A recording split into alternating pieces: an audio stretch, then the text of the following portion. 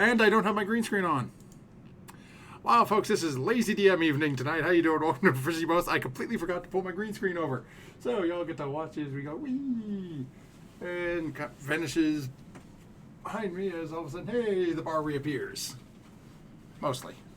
So, come on. It's not going to be perfect, but oh well. We'll fix it up when we go to break. So you can see there's still some little wiggly lines up here, but hey, welcome to Proficiency Bonus. We met in a tavern Monday nights where technical problems or DM mistakes happen just about every goddamn week. Before we jump over to our players, a couple of quick shout-outs. Thank you to Team MZ, Many Sided Dice, Streamlabs, Twitch, and our friends over at Little Dragon Corp. If you haven't checked them out yet, in chat, exclamation point Little Dragon Corp. Exclamation point Little Dragon. Give you a link to their website. You can also use the discount code BONUS, BONUS, to get 10% off your order. Make sure you check them out. They've got some great metal dice, elemental dice, the birthday stone gem dice. I said that wrong, but whatever. They've also got these cool little Dragon Claw light up dice display things. A lot of cool stuff you can check out at their site. So definitely check them out. And with that, we are going to jump over to our party. And remember to unmute the party this time before we get rolling.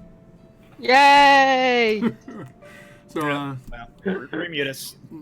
As you can see, we are down a Sweet William this evening. Yet, shut up, Michael. Now we have to put a bell on the bar just because he said that. As you see, we are down a Sweet William, so William will be taking a back seat roleplay wise. So for any interaction with like a Jack and William translation, then we'll just let Jack speak her mind. And we'll assume the William translation is taking place for it. So It'll be the first time he's actually done a decent job translating for her. So before we jump into it, we will quick flashback to last time before we jump into our actual flashback now that we have Lydia back with us. The party had a early meeting with the Viceroy to after finding a little, basically a help wanted poster due to a couple of murders that had taken place in the city that the Viceroy wanted to look into. So after making their way up through the castle ward, they were eventually stopped by the guards, got to go in and meet with the Lady Erlisa Duressen. While most of the party spoke with her, Jack took off for the real purpose of the visit, which was to case her home, see what she could find out about where these items may or may not be. Party eventually was sent out to investigate these three murders and stopped at the first house of Christina Wolfswift. After spending a little time searching the house, eventually it was Art who found a book that wouldn't come off the bookshelf, and as pulling it out, heard a click and found a hidden stairway leading down into a basement where they found a human male. No eyes, mouth sewn shut, shackled to the wall in silver shackles. Eventually had a conversation with this individual, found out that he was the councilwoman's husband, who was up until recently believed to be deceased some 8 or 9 months ago, by the name of Draenor. Eventually the party realized, I think it was Jack who figured out the silver shackles and everything, that he was some sort of beast. Draenor admitted to being a were-rat and was basically sent on by the party under escort with one of the guards from the councilwoman's house back to meet with the Viceroy for discussion, see maybe she could help him out with his situation. It seemed like, he advised the group that his wife would lock him up like this when his animalistic urges became too much to deal with. As the party sent him off, Jack decided to follow behind back to the Viceroy's compound to, see what happens. See if they kill him on the spot. And with that, our party has started making their way towards their next destination, which it seems like is going to be a house in the upper Heartsgate borough of our next council member, Tralaman Galantara. Here, let me put it in chat for y'all.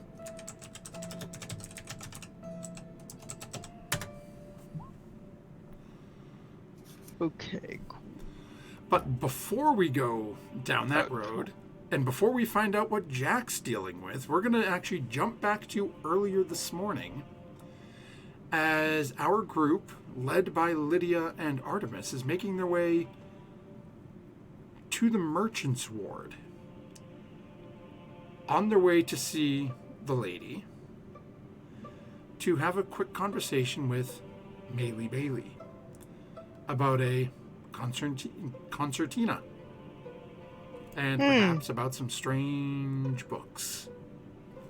Not quite sure what Artemis was planning, but we will find out in just a few moments. Indeed. So, Lydia, we start with you. As Alright. y'all are on your way, you are back in the Merchant Ward, and you can see... All of us? Yeah, this was the group was just basically heading through this.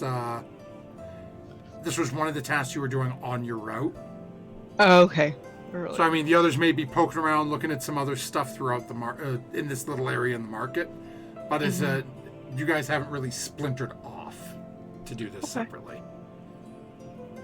So wait, Artemis, would you be interested in visiting that Maylie Bailey lady with me? Yes, why, of course. I need to talk to her about some things of my own. Yes. I forget what exactly, but it sounds like you were fascinated by her the first time we saw her. Well, apart from that time when she squeezed your butt, yes, Yes! she's an interesting character. That was interesting. I don't know how I feel about that yet, quite, but we will see. Maybe we'll find some things out about you, and maybe we'll find some things out about me on this wonderful journey. Oh dear. Sounds good to me. Alright. As the group of you are sort of approaching and going through this, you can see she's just starting to get the cart set back up. Hasn't noticed y'all approaching yet. Artemis, you immediately notice the book is still hanging on her hip. But she's just going through, rummaging through the cart. Looks like she's setting some stuff up with her back to you. Oi, Miss Bailey. I was wondering if you had a moment for us. Oh, yes, you were here about the concertina, I believe, correct? Quite, yes. And here's my friend Art. They have to talk to you about something too, but I was wondering if you were able to talk to that gentleman about the concertina. So she, as you gesture towards Art, you watch as the very slightest of, almost this sly little smirk comes across her face as she looks over. Just looks back over at you. Yes, dear, I did speak with him, and he said he could definitely make one for you. It would take about a day and a half, 2 days. He's already begun work on it, as I assured him you'd be interested in it. I did say it will be 5 gold pieces once he's completed it, though. Oh, that's perfectly fair. I thought I would pay more for a custom instrument, but that's music to my ears, literally. He seemed to be intrigued by it, so I give him his play. Well, why thank you, Miss Bailey. I surely appreciate your help in this matter. She reaches over and sort of grabs your arm a little bit. Oh, it is my pleasure, dear, and he will deliver it to me. I'll have it here for you, as I said, day and a half. Wonderful. Art, Miss Bailey has some time for you. I'll step out of the tent if you want to have some privacy, if that's what you wish. I don't And know. as you say that, you feel the grip on your arm get a little tighter for a second. Oh, okay, I'll stay here and peruse around the... I've always wanted to see one of those things, and I just wander off in a corner of the tent. Oh dear. Back so Um, soon.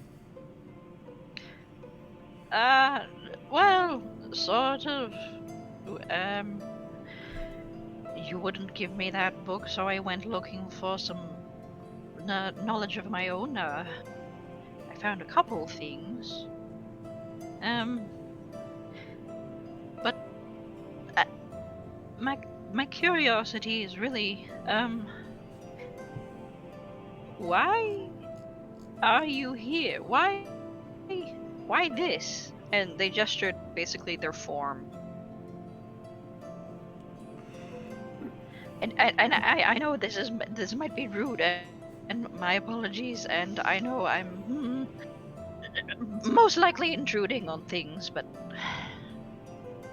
I don't know, this side of y- worlds, dimensions is interesting. She sort of looks down at you a little bit, and again, that same sort of sly smirk on her face. I personally think I look quite dashing like this, but why here? Why anywhere? It is the breed of people you meet.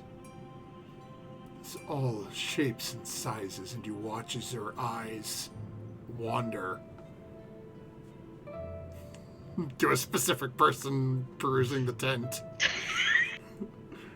And then looks back down at you. Where I come from, you don't get this class of person. Where did she come from? Were we told this? Nope. Gotta be careful now. Yeah, Philia. Am I not understand, or is none of that conversation make any sense? Well, I think Melee's into Lydia. Oh no, the part where the lady wants to make the inappropriate with Lydia. No, I understand this part. Well, he never knows, you know. No, it's very obvious. No, I am confused. Artemis say many things of. Never mind. I am confused. I listen. She just like goes back.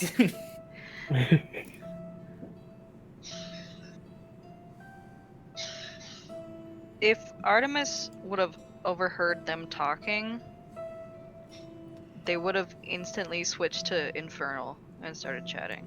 Go ahead and make a perception check. Oh, where are my dice? I'm over here somewhere. I don't know that Jack was being particularly sly about that. Yeah, but Art's also that affects actively DC paying at all. attention to another conversation. So Last time you were a piece of shite, so I'm going to try a different one. Thank you. Oh, well, that's a critical one. Never mind. Oh boy. so yeah, Philia! you heard something, but you're really not sure. They could have been talking about anything. Ugh. All right, fine. Well, I suppose that will sate my curiosity for now. I'm not going to waste your time. Do you have any inklings about what is going on with the members of the different wards here?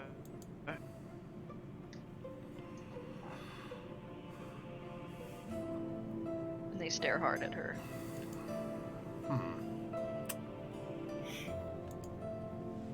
So as you say that, you definitely notice a little, like a catch in the eye almost. Like she's considering things. I suppose it may help keep items of interest safe. If there are many people around who are looking for ways to advance themselves.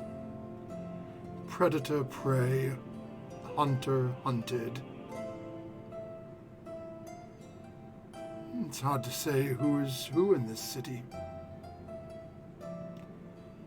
Some you may think the softest of gums, fewest teeth, have the most vicious bite. So, in this instance, then, who are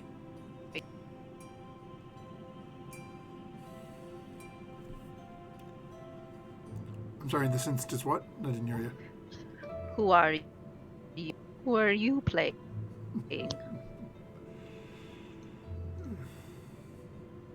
I suppose you could call me a watcher.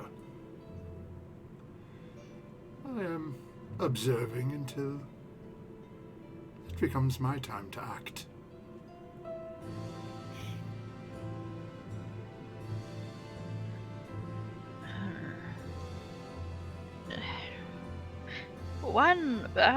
I guess one final question then.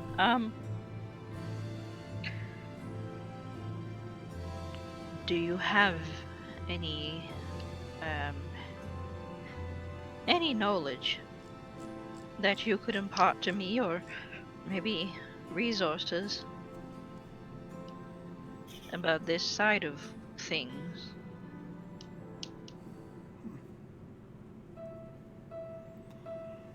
I suppose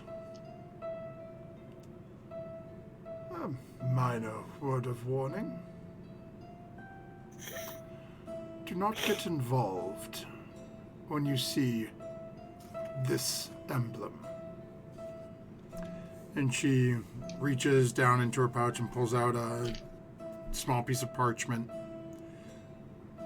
and what looks to be like chalk or charcoal almost, and draws 3 slightly squiggling lines.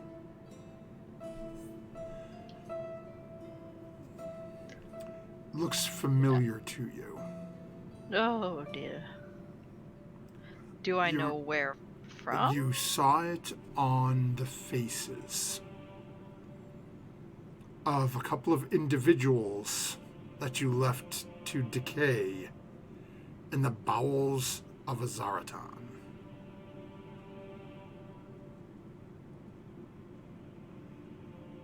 There were 3 green...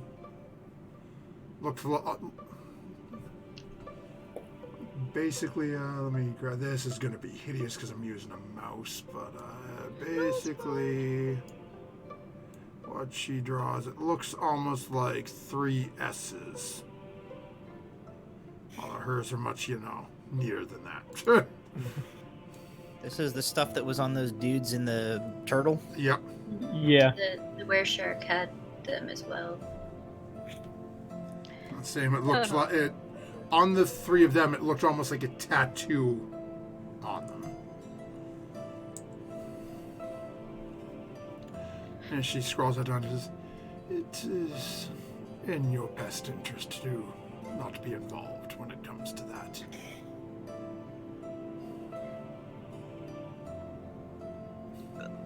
For what reason? Are we in danger? Are you hiding something? Hiding something? Go ahead and make an insight check. Alright. Oh, that's much better. 20 on dirty Okay. 20. As you say that, you watch as, for a split second, it's like you can see beneath the mask. And you definitely see a sort of flash of almost concern and wariness about you.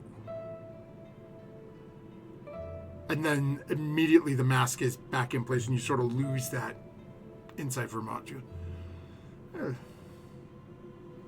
If things go this way, any who stand in the way are potentially in danger. So it's a friendly warning to not be in the way. Right.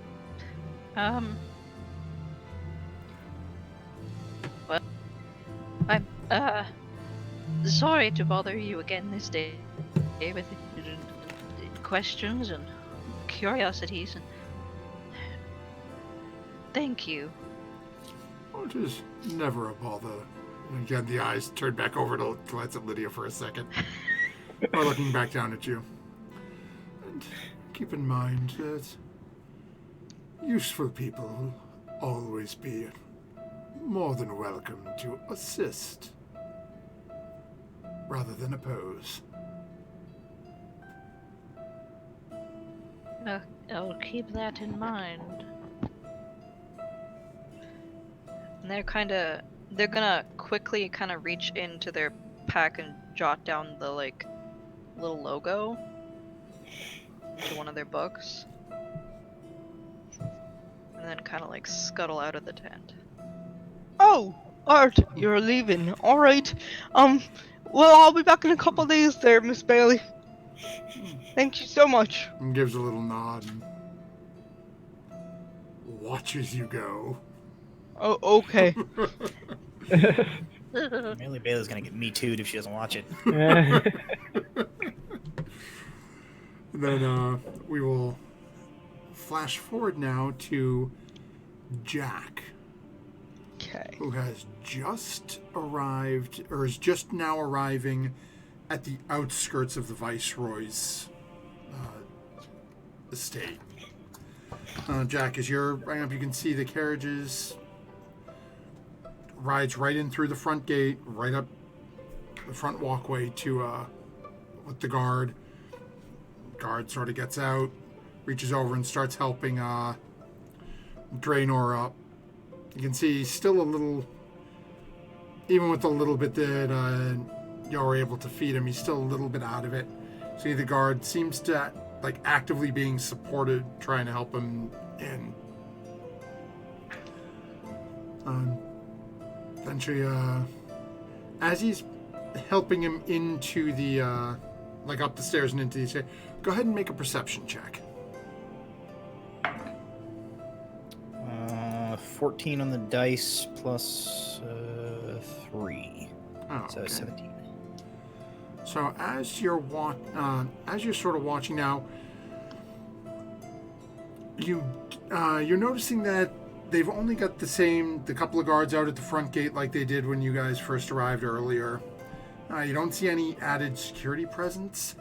You do notice, though, on this wall that is surrounding the Viceroy's encampment, you do see what looks to be one person.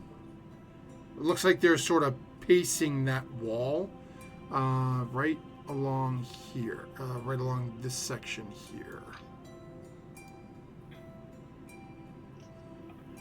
It's hard to get a real good look at him because of the height of the wall. But it looks like there's one person See walking anything? from I'm on the main regular gate. map. Am I supposed to be on a different map? Hold on. Nope. So you're still on the city map, right? Yeah. I just so- didn't see any wall. Oh. Oh. Yeah, so it's this... Sorry, I should have shift pinged it. Okay. So it's sorry. this little wall literally to the east of the Viceroy's house. Okay. And as you look around, you don't see any other guards walking any other portions of the wall. It's just that somebody is just walking. You see them walk up, they disappear, heading north. Then about 3 or 4 minutes later, you see them walking back down, and they stop about 7 or 8 feet away from the actual, like, column that is out there. And from my visit here before, as far as I'm aware, there is just one entrance and exit into this walled area. It's just that main gate there. From what you were told and from your last visit, that's correct, yes. Okay. Then You might be able to, as you're looking around, as you've come back into the area and given... Jack would probably have noticed... there look to be a couple of buildings. You might be able to sort of scale up and get up over the wall, or even up, or onto the wall or over it if you wanted to. Yeah, so the only thing I was thinking was, if it's possible to, like, kind of climb up one of these, you know, like one of these nearby buildings somewhere in this area to get a vantage where I can look, like, down onto the grounds. Oh yeah, definitely easy enough to do so. Just to get get an eye of, like, them bringing them in, and then see if anybody, like, comes and goes, coming in and out. I don't want to stir up unnecessary trouble, so I'm not going to go inside. I'm going to stay outside the walls. I just want to... She'll search around and see if she can find a place she can kind of inconspicuously try and get her way up to, like, the eaves of a building and just sort of watch. There's definitely the a couple manor of for a spots as while. you sort of slip behind in between the wall, this sort of back alley, and you easily can find your way up a couple of different crates and make your way up onto the roof of a couple of buildings. And as you're watching and seeing this, watching down into the grounds, and again, this, as you're looking from this vantage point, again, it's even more, it just strikes you a little strange as you're looking down and looking at the other walls. There is literally just that one person. As you sort of glance over, at this distance, it's a little hard to make them out. You do notice they seem to be, let me see, seem to be wearing some sort of decent armor. It's not, doesn't look like it's the lighter leather that you're wearing. It's something a little heavier duty, but it's not like they're a heavily armored individual. Does it match the garments that the rest of her house people? It does not. At all. Nope. Oh. I'm watching as they're just sort of pacing back and forth along the wall. As they get a little closer again, you notice seems to have a couple of crossbows, like a small hand crossbow hanging off one hip. You can see a larger, heavy crossbow held in the other arm. Bow strapped on the back. It looks like this person's likes to keep in the distance. Okay. And the other guards, they're not paying this person any mind? They're just sitting at the gate. The wall is about 10 or 12 feet up. So the two guards that you can see at the front gate are focused. They're looking out into the street. They don't even seem to be looking back up the wall behind them. Okay. All right. In that case, I'm going to give it a couple of minutes. Watch the house, watch this guy. And just, maybe 10, 15 minutes, see if anything happens, and like immediately-ish. And then if nothing happens, I will approach the,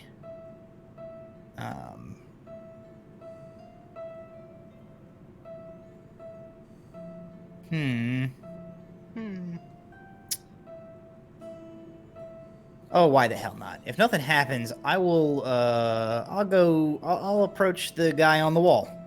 Oh, okay. Thought you would say that. So, as you're hanging back and watching for a few minutes again, you don't really see any ruckus from within. You don't really hear anything from within the property. About 5-10 minutes go by. You haven't seen any extra bodies coming in or out as of yet. So you can wait a little longer, or you can make your move. I guess I'll make my move. So they're walking this part of the wall. Yep.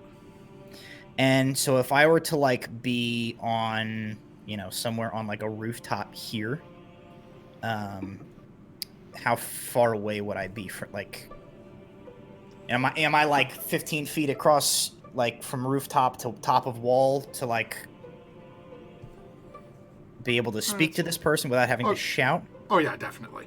Okay, because It may be a little bit she wants to difficult for you check to him out. She jump doesn't the want to get too close. Might be a little difficult for you to jump the distance if you chose to. But yeah, I'd say it's no more than maybe 15, 20 feet. Okay, so then I just want to try and sort of move as close. I'll wait till they make their walk away, away in this direction, and then make my move to try and plant myself somewhere here so that as they like come back, I can address them without having to like cause a big ruckus first. Yeah, so as they sort of walk away and they start heading back towards you, as they turn back, you notice the head keeps turning back towards the property. Okay. Hand that looks to be a heavy crossbow is currently held within this individual's hand. As they're turned down, they keep sort of glancing up where they're walking and they're heading back towards you. As you see that sort of half glance up at the wall, just sort of checking where they're walking. You can see the face is hood's pulled over the head. Looks to be almost like some sort of cloth or like scarf across much of the bottom of the mouth, so you can really only see the eyes of this individual. As they start getting close, as they start getting a little closer, and they sort of glance up again as you're preparing to sort of make your move out to say something, you catch light glinting off the eyes, and their eyes are a bright, like golden yellow color. It's a witcher. Okay. And I assume that doesn't like immediately have any specific meaning to me. No, it's something that it's just a little odd. Yeah, it's a little strange to you, but it's not anything that jumps out immediately to you. Okay. So positioning as like casually as possible, as if she's like, it's totally normal for me to be a person on a roof outside this wall. Once they get close enough for like normal conversational volume, she just says, "Hello." And the head sort of half jerk, and you watch as the arm twitches with the crossbow. She turns to look, and then sort of gives you a once over. Hello. Well, I know why I'm up here. What brings you up here? She says, I am, well, it is long story. It involve pretending that I have a weak bladder, and a man who is a monster, and a job that I am a little confused as to why we are doing. But I am not a person who like to be involved in things where there is too much going on and everyone is stuck in riddles and secret. And as I am noticed that you look... she like considers a minute. You look to like match description that I hear for someone who has caused trouble recently. Sort of looks back, checks the property, and looks back over at you. It appears my search here may not be completely fruitless. I heard you say you saw someone who was a monster. Perhaps 25 gold would loosen that tongue and tell me where I might find this person. Eh, I am maybe not so interested in gold. Perhaps information instead. Perhaps I ask you question, you ask me question, and we are answer. And we trade this way. Gives a nod back. Certainly, and well, why don't I allow you the courtesy of going first? Of course.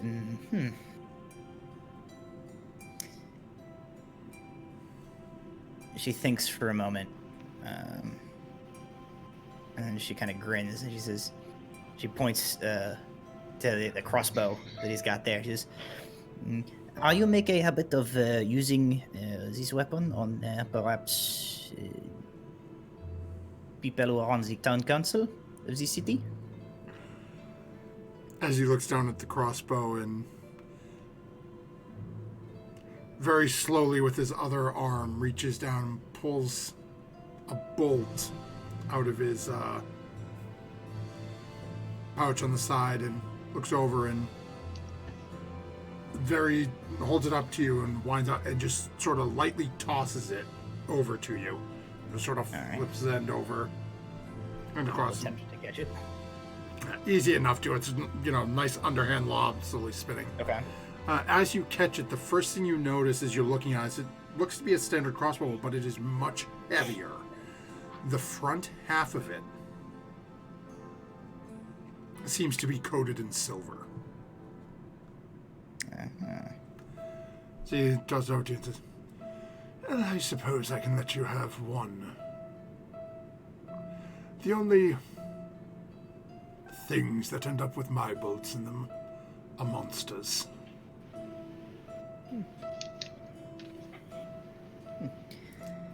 I am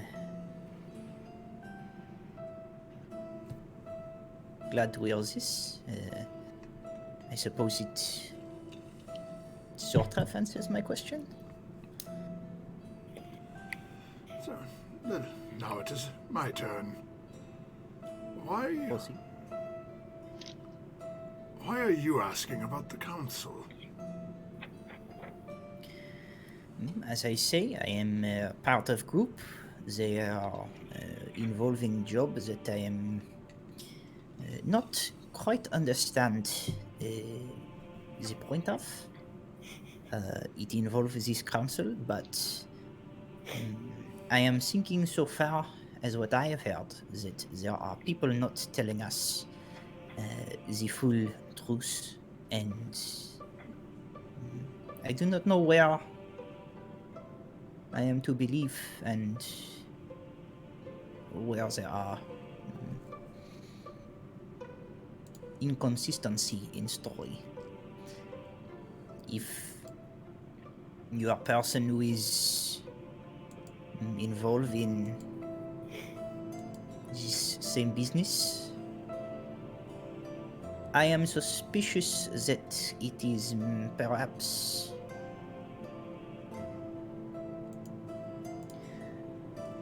we are on the same side of this, but do not know yet. Because my people and I have not been given good information. See him sort of arm his chin a little bit.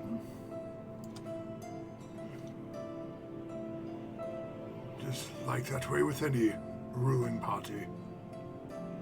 Tell them only what you feel they need to know to keep them doing what you want them to. But I believe I owe you a question now.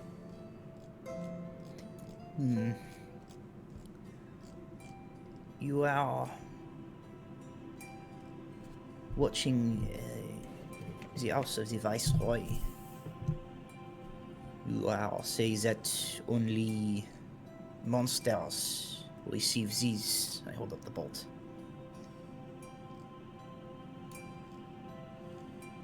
Is the Viceroy destined for one of your bolt? Looks down. I have not yet discerned that. I had been hunting a werebeast, and suffice to say, little birdie told me that it had been located. By the time I made my way, it was already on its way back to here. I arrived too late to catch it before it went inside. Hmm.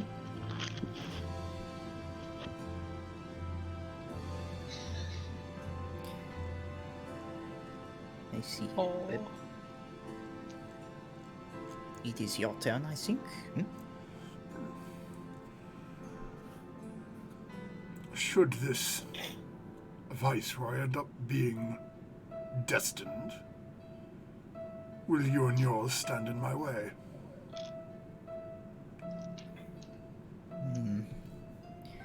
It is hard for me to speak for others. I am not always understand their decision. I only speak for myself. I have no interest in this viceroy, this city, this politics that are going on here. I am here for something entirely else. It is only circumstance that cause I must interact with this person. So, as long as my own goal is not interrupted, I have no care for what is happened to Viceroy or any of these others. In fact, I give you a bonus answer. If it is turned out that this gestures towards the house with her head is lie to my friend, my brother, myself, is trying to manipulate, to make fool of us, I help you.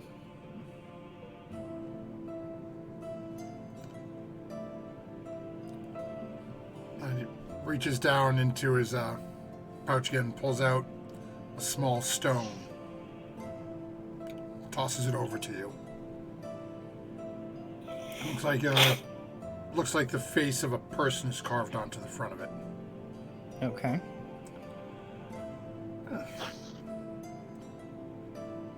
It appears my quarry will not be returning at the moment, so I leave you with this.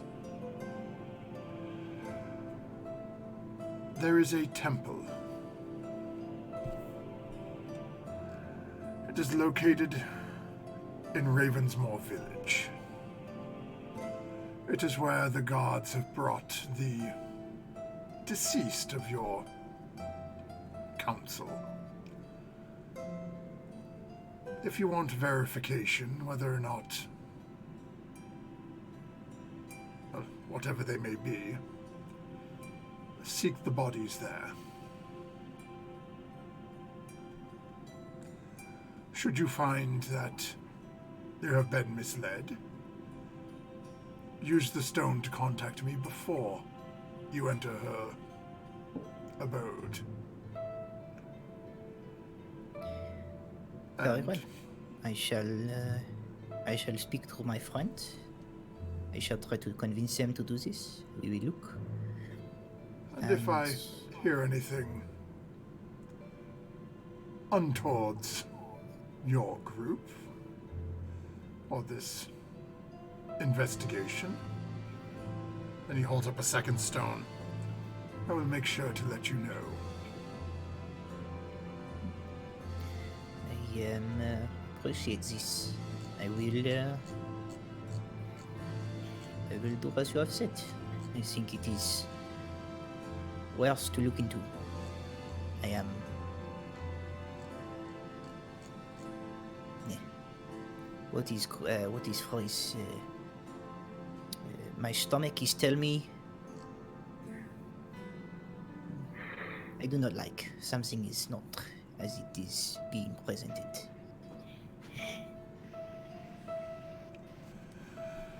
No, something is definitely not as it appears. Very well. I shall leave you to your vigil. Um, perhaps this information you know, perhaps it is helpful to you. The man that they bring into this house, he is, tell us, he is husband of one of council people. Yes, the Wolf Swift. Yeah, she nods. He is, she mimics like big ears and goes like, this kind. Curse of the moon is upon him. Yes, and it's always problematic finding them when the moon is not out. But he vanished about 9 months ago, I believe, and my search has gone cold. Well, at least for that one. I have others to find. She kind of nods. She says, very good. And I do not know if it make difference to you. I do not know what is your line of work. But at least the impression that he give me is that he is afflicted by this curse, but he is not embrace. He is monster, but he is not monster, I think.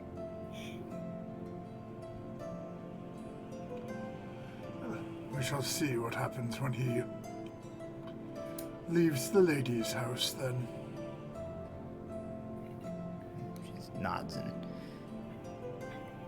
scurries off back down the. At this point, this was way more interesting than anything she dude in the house. So she's like, "All right, well," so she'll peace off and go back to immediately like. Good thing you got his name. I don't need his name. I have this thing. Uh, You didn't get my name either. It's like rule 101 of secret rooftop clandestine meetings. No name. Introduce yourself. Ridiculous. Hi, I'm potentially a serial killer who's been murdering people. What's your name? Yeah, exactly. Let me take something from them that they can track, and not get their name. But now you can track that? Yeah, that's true. So, about this time as Jack has vanished off, the party is finished wrapping up in the castle ward, and you guys said you were heading on your way down towards Ravensmoor Village, and you were going to stop at the Galantara home in Upper Heartsgate. Mm-hmm. Yes. Oh, okay. So, when you get to the address in Upper Heartsgate, this house is much more modest than what you saw in the castle ward. As you're looking at, it seems to be a single-story home. Again, much the same experience as the main group you initially arrive, with Jack probably running about 20 minutes or half an hour behind at this point after having that conversation. But as you first come up, the two guards there haven't been made aware that people were coming. First one comes over, opens up the door for you. And right when they first open up the door, first thing you notice, and bear with me a second to grab my spot here. Okay. Come on, where are we? Okay. There we are. So right as you initially walk in, come on, up a little, really. didn't save my image on the file, so there we go. So as you first walk in, first thing you notice as you walk into there is it seems to be somewhat more of, I guess I'll phrase, at least in the main area, I'll use the phrase open concept. As you walk, as they open the front door, you walk into this, you can see, looks to be a fireplace on the right-hand side of the room. On the far left-hand side, you can see a couple of closed doors. On the far back, seems to be like a small, like, kitchen and cooking area.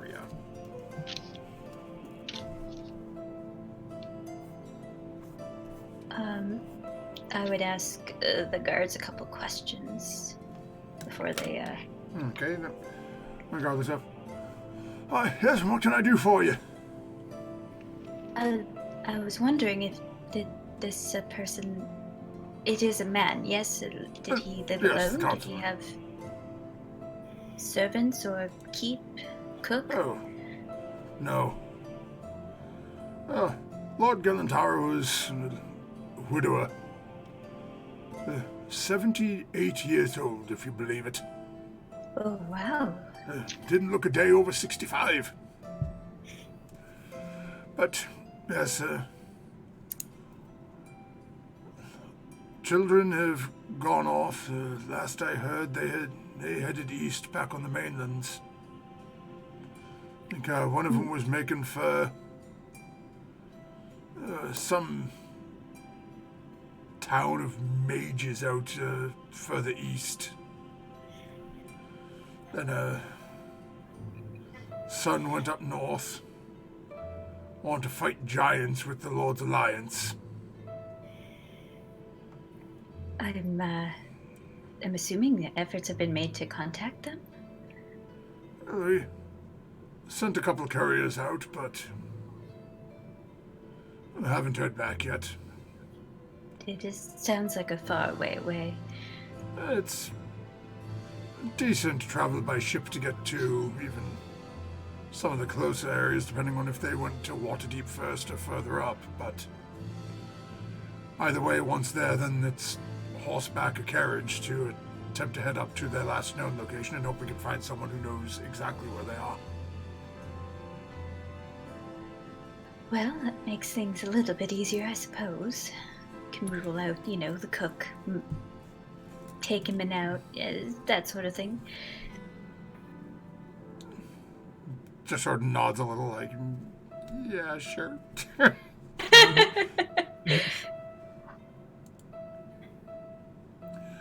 As he sort of points over and points over towards like the small dining area next to the kitchen area. So that's where we found the body. Slumped over the table. How long was he here before somebody found him? Not quite sure. He was stiff.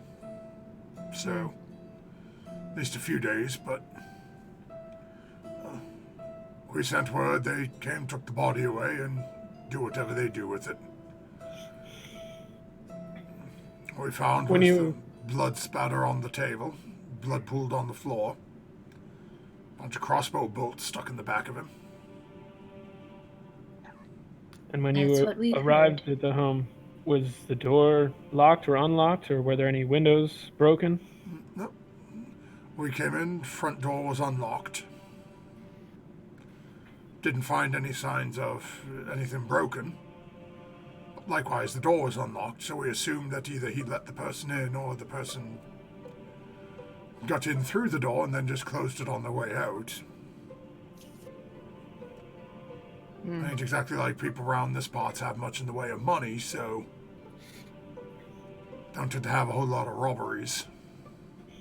And nothing was noticed to have been taken? Not that we were aware of, but again, there was nothing taken off his body. What's behind those doors over there? One is the bedroom, one is the washroom.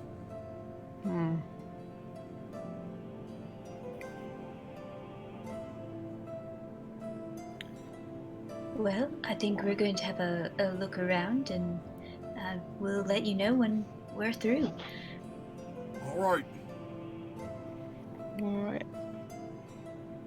Let's head to the bedroom first, see if anything's out of sorts. Okay. Walk over to the bedroom. You open the door, and as you start, first thing you notice is looks to be like basically a twin bed. And as you're looking, twin bed, sort of like one nightstand beside it. Looks to be a couple of very well burned down candles. Two windows in the bedroom. Both of them closed, both of them intact. Looks to be one bureau over to the side of the room. And a doorway that leads off to... basically, it looks like there's a door in between the bedroom and the washroom as well as the one from the main room. I'll look in the clothes cupboard. See if there's anything noticeable. Go ahead and make an investigation check. Oh man. Wish we had a rogue. Currently absent. So, okay, William will give you a hand, so you've got advantage on your check. Oh good, I rolled in that one. So William is present. And I rolled a 16. So that's good. Oh, okay. So is this like a ghost situation where he like gets behind her and works her? It's literally it's all of a sudden you get these. Mind you, William is a halflight, so William is just sort of like backpacked on you now and just sort of grabbing your arms the same way that Bailey was, just sort of steering you now. Yep. With that one, I look at my shoes, but William directs my head upward. The drawers are here; they come out. Oh, okay. I think I know what that means now. Okay. So, as you're looking through, and you said it was a 16?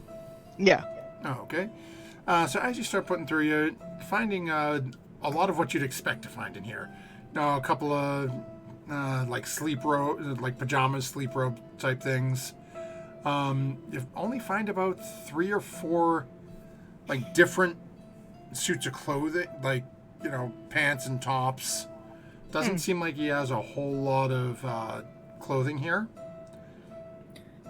On behalf of Sweet William, can I make the suggestion that he is specifically looking for a robe that matches that weird one that he saw in the other house? Fair enough.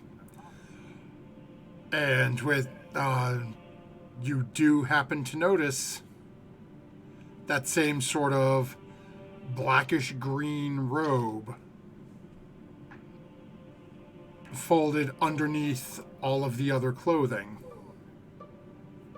And what did it look like again? I missed it. It's best way I can try it. Have you all seen the Sherlock Holmes movie where they're attacking Parliament? Mm-hmm. It looks like the robes they wear. Like it's basically your stereotypical, culty type robe where it's just real culty, right? Yeah, it's floor length, the sort of voluminous sleeves that you could put your arms in like this and just they disappear. The big sort of oversized hood. It's very like almost cartoon-esque cult looking. Okay.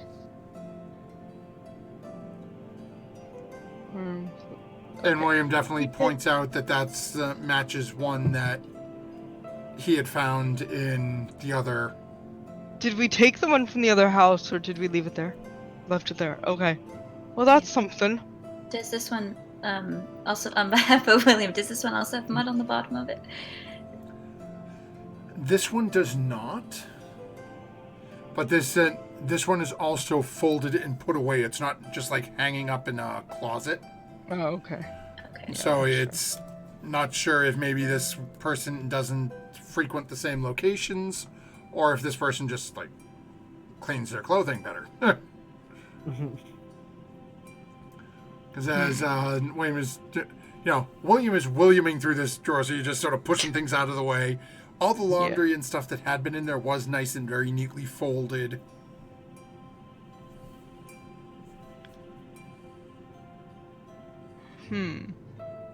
Have I arrived at this point, or am I still? Yeah, no. At this point, as Lydia and William are going through the bedroom. At this point, you've probably arrived. Yeah. Okay. Yeah. I would have gone into the kitchen while they were doing that. Okay, go ahead and make an investigation check. And this bureau is still within his bedroom, right? Yeah. Okay, Yep. so at this point, I guess I will go investigate the washroom just to be thorough. Okay. I got a 17. Nice.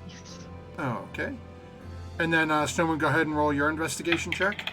And, Furious, you're poking around and you find a couple of what look to be small wooden boxes. As you sort of, like, they almost look like very small bread boxes. As you open it up, it looks to be filled to the top with salt. Demon As you open the hunters. second one, another one seems to be filled to the brim with salt. I'm going to take out a arrow and start sort of scraping the salt away. Is it very dry, or is it, or I should say, wet and stuck together, or is it loose? It's a little sort of clumpy. Yeah, I'll start moving it and burrowing down to Okay. see if there's anything in here. Come on, severed hand. Yeah. Severed finger? Yeah, severed fingers. Yeah, that would be. And that was a 16 on my roll. Okay. As you're looking around in the washroom, as Fury is currently sorting through boxes of salt in the kitchen, you looking in the washroom, you don't find a whole lot. You've got a couple of racks hanging on the wall with what look to be like towels and linen hanging over them. You see a very plain sort of metallic round, looks like a wash basin. It's probably what this person used to wash themselves as well as their clothes and other things.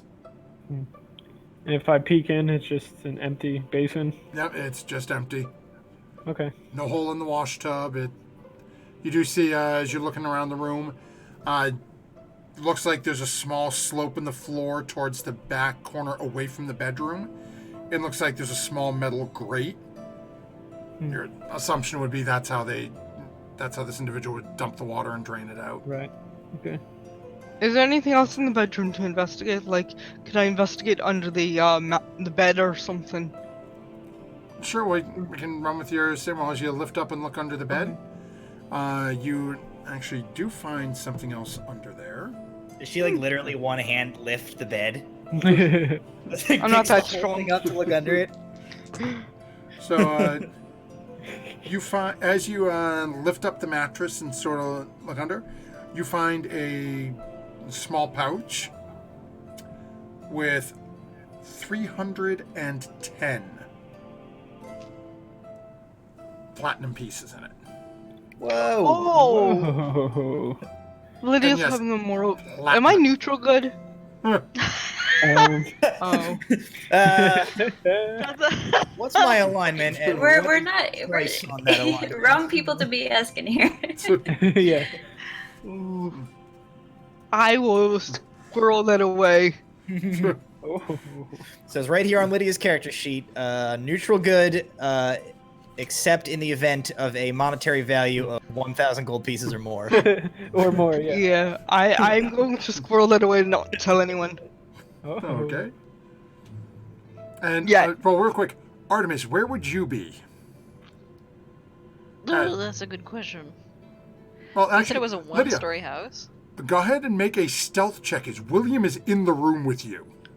Oh, well, I wouldn't like, I'd squirreled away from the guards. I would like show William and I'd be like, shh, Oh, okay. Okay. just like putting it in the a bag guard, of holding. the or guard is something. just standing outside the front door. They're not following you Okay, okay. around. I will put it in the bag of holding then. Yes, 310 platinum. Wow. Christ. I probably shouldn't steal this, but that's okay. God! In your mind, you can hear Furia. Now, William, don't take all the jewelry. They might know it's there. Eh. He's got like rings on all 10 of his fingers. Yep. Furia, as you're starting to go through this, and Jack, at this point, you are just now coming through the front door, and you can see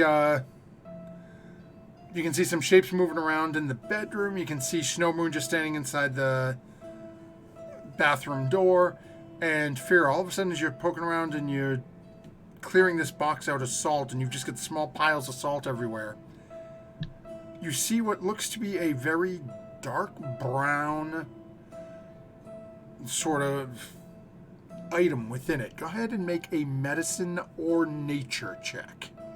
Ooh, nature, yeah. Druid that nature. Me severed fingers. For some reason, I am worse in nature than I am in medicine, but I still only got an 11. Okay.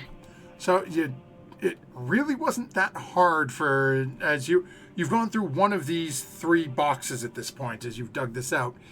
And as you've looked down at it, and it looks to be a dried or, ye olde dehydrated heart. What? Whoa. And I'll, guys. Okay. I will make And my way over. I will leave it in the box and put the box on a table or counter. I'll start going through the next one. Okay.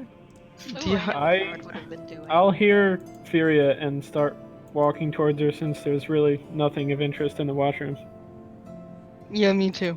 Oh, okay. Kitchen. Theory finds heart. I walk in as this is happening, and they're sort of gathering around, and I have this sort of like wide-eyed look on my face. I say, I have something very important that we must talk. Is it a heart? Is this Yes, so why don't we all come in here and close the door so the guards extra don't hear us?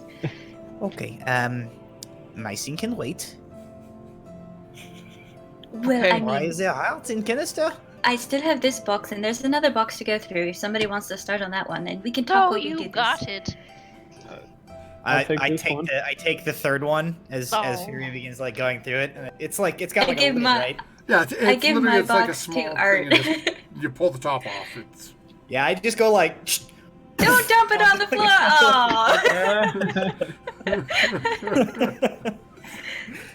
Aw. okay. And so you like carefully going through yours, or you just dumping it out too? I gave my box If to Art, yeah.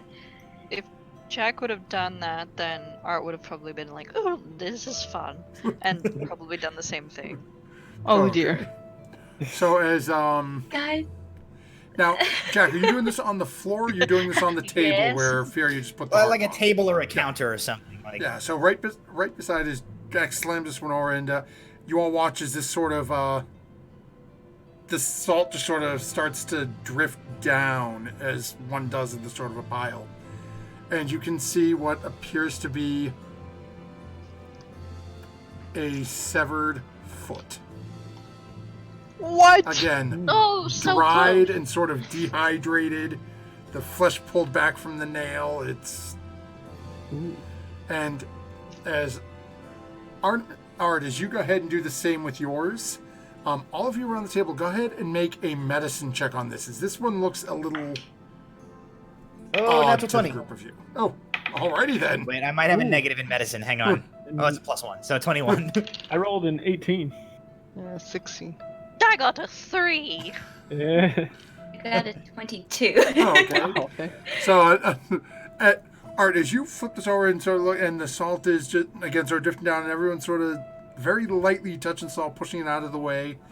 You all see what looks to be a rather sort of thick, wide, round-tipped appendage within the salt. And as you all look for a couple of I moments, don't and love that realize, description. I don't either. and you realize it looks to be a tongue. Oh, okay. Ew, okay. Yes, that So description gross. was on purpose. So gross. I look at Jack. Looks at this. She's like, "Oh, mine was the worst." What? You don't What, get out. Mine is stupid. What? Can we tell what is it? Left foot or right foot? So looking at it is a left foot. Can we tell, like... Is it a is left there, like, tongue or a right tongue? Is there any split, like, is the foot of a certain, like, skin color? Would it be, like, recognizable to, like, a certain race? Hobbit foot. Yeah, the hobbit foot or like No. my foot. As you're looking at the foot, Mm-hmm. it is, how do I phrase this best? It is humanoid, but you would, as you're looking at it, I'll phrase it, you would know that it is from a monstrous race. As it's sort of pulled back from the nails on the toes, but the nails are more like, almost like claws. Interesting.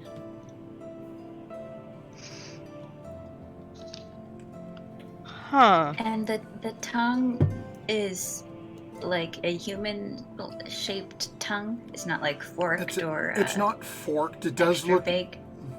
It does look a little long. Like as you're looking at it, and as one is done, you look down at the tongue and you sort of go, try to look at your own and sort of gauge. It's like just about all of you are probably thinking it looks a little larger than your own. But what about the heart? Does it look like a human heart or like a it's reptilian heart? Gina Simmons, yes. Yes. I was going to say Simon Genus, but okay. I'll say, with that question, go ahead and make a medicine check. Okay, I have medicine. As you're Ooh, 23. Nice. Looking at it, it is larger than what.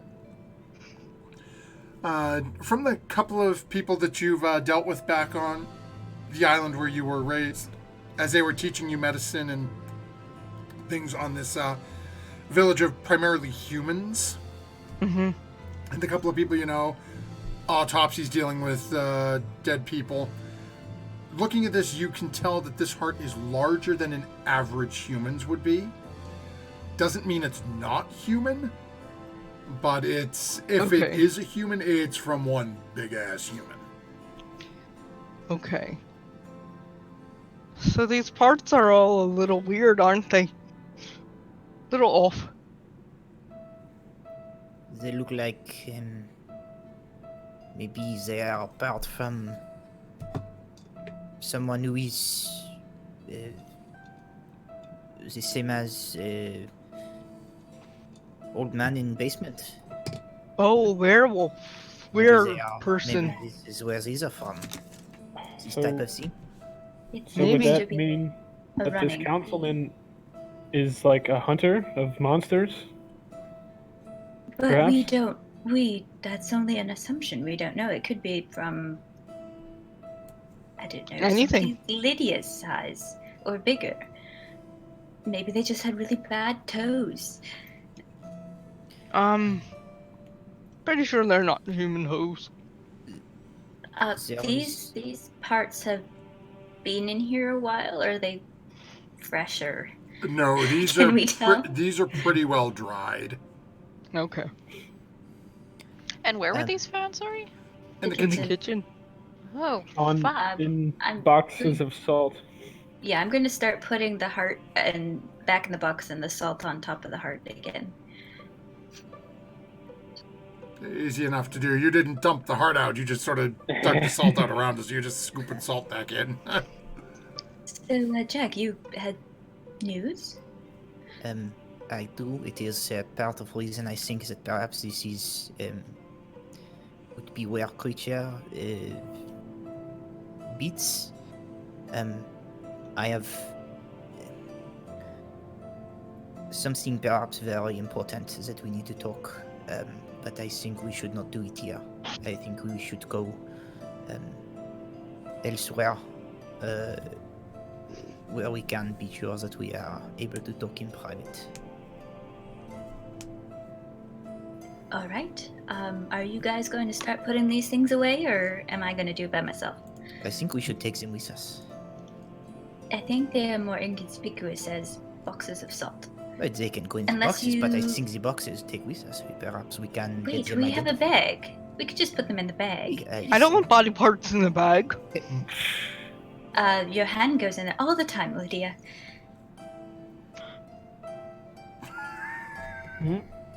They can These do- ones Not- have just these pods have just been alone without If a we person put them for in a longer. box, can't we put them in a box in the bag?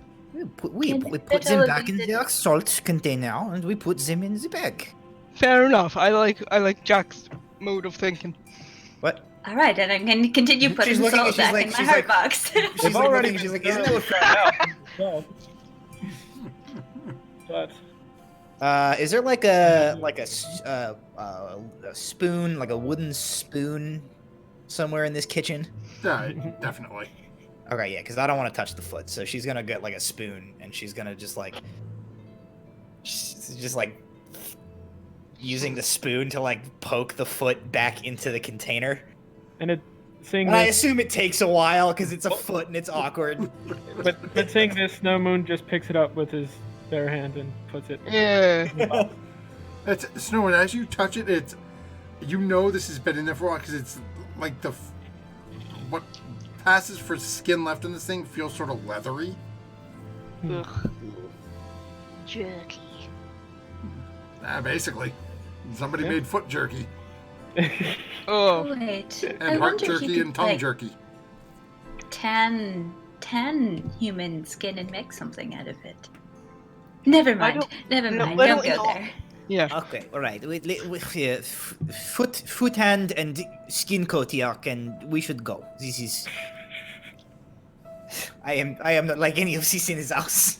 Have we checked all the rooms? Yes, I stole some money. Don't tell anyone. You just Thank told you us. for telling us. Well, I trust you. How much? can you? Shouldn't. Oh, then I don't trust you, and I didn't take any. Oh crap! I'm such a bad don't liar. worry. Lydia, you'll be fine. But yes, if we've gotten all the stuff, Jack, maybe you should check the front door. See, the guard said it was already open, but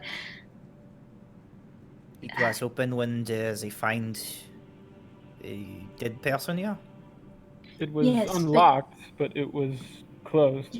you were checking the other doors, so I'm thinking you should do these ones. I You look. know what to look for.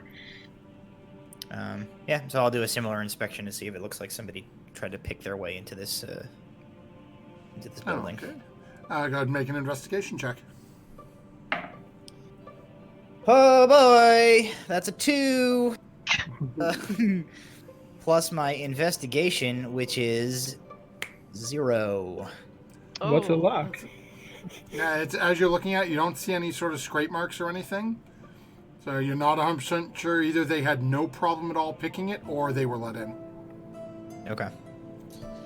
And there's are there like first floor windows, a back door? Is there other entrances besides the front here? There are windows around it. None of the windows were broken. Okay. I'll just make a quick pass to the other windows, and just see if they're all like latched from the inside, or whether they, maybe one of them is unlocked and could have been slid, just to be thorough before we leave. So as you're sort of circling through and just giving each window sort of a quick check, you do find that one of the windows in the bedroom is not latched. When you go and just give it a test, it does slide up. Okay. All right, then I'll come back to the group and say, how to say, I cannot tell if the door was tampered with. There is window in bedroom that is not secure. and perhaps they picked their way in. Perhaps the door was open for them. Perhaps they come through the bedroom and leave via the front door and do not lock on their way out. Hard to say. I cannot be sure. It sounds like the old man here was not afraid of, getting robbed. If he They was say leaving his doors where to they windows find open. him? In the kitchen here. Do you know what way he is facing and where he is shot from? No, He mentioned The that there were crossbow crossbow bolts in the back. Mhm. yeah. So I guess from that description, like, so if he had crossbow bolts in the back and he was like sitting at his kitchen table, is his back like To the towards window. the front door or towards the Yeah. bedroom door? Okay, so from where he was, more towards the front door, from where you can see the blood on the ground, it looks like he was more towards the front door than the bedroom. Okay. Okay. I know this. Hard to say if it is as is the woman. It is we think person come in and do not waste much time. Simply enter and fire. Maybe the front door is unlocked. He come in and shoot. The angle looks right. Hard to He's say. walking away from the door, or maybe. Well, if he was found in the kitchen. Anyway, so he was here alone, and his wife died probably several years ago, and his children are long left the nest. And we are sure that there is not. She makes like a secret lever motion. We are sure his wife is not in the secret basement. Yes. I'm not sure. Well, I'm pretty sure he was fairly old, and I don't suspect something like that. Wait. Oh, I don't have that right in the wrong character. I mean, we can ask the gods exactly how long ago it was.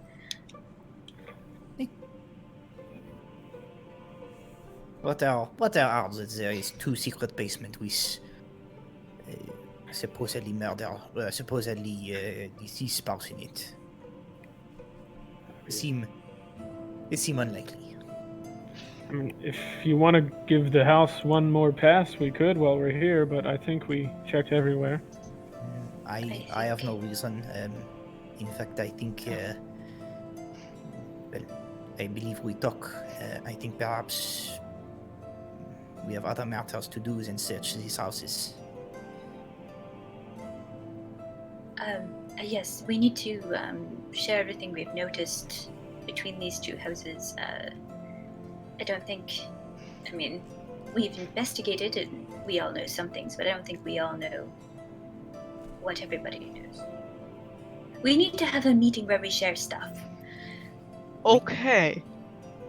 I That's have not what we're doing right now.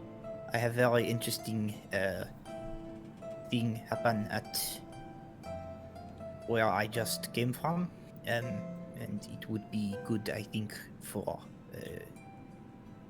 all of everyone to be tell this so that we all know. It is change things perhaps about this situation. Should we go back to the inn? Suggest we go. We're in Ravensmoor Village right now, right?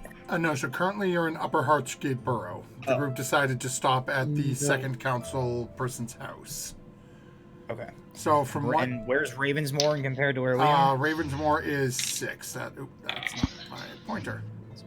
Yeah, So we're they're in like nine. they're adjacent. They're adjacent. So boroughs. we're 6 is there, and we're in You're currently No. up here in 9. 9. Okay. So you, from conversations you've had, and your wanderings around, there is a local inn in Upper Hartsgate where you are now, called the Dragon's Lodge. is you have not paid the cross swords for any additional days, so you'd still have to pay if you went back there. But Upper Heartsgate's got a place, the Dragon's Lodge, where you could stay. That's our boat, right? Yep. Mm-hmm. Just go back to the boat. Ravensmoor, if you want somewhere there, is... come on, I thought I reorganized this. Well, Jack, if you say things are not as they seem, should we assume that we're being followed? I would not have it out of the question. I believe we should take precaution. And if we are being followed, I think we should avoid our boat, as it may give the wrong idea. This is true.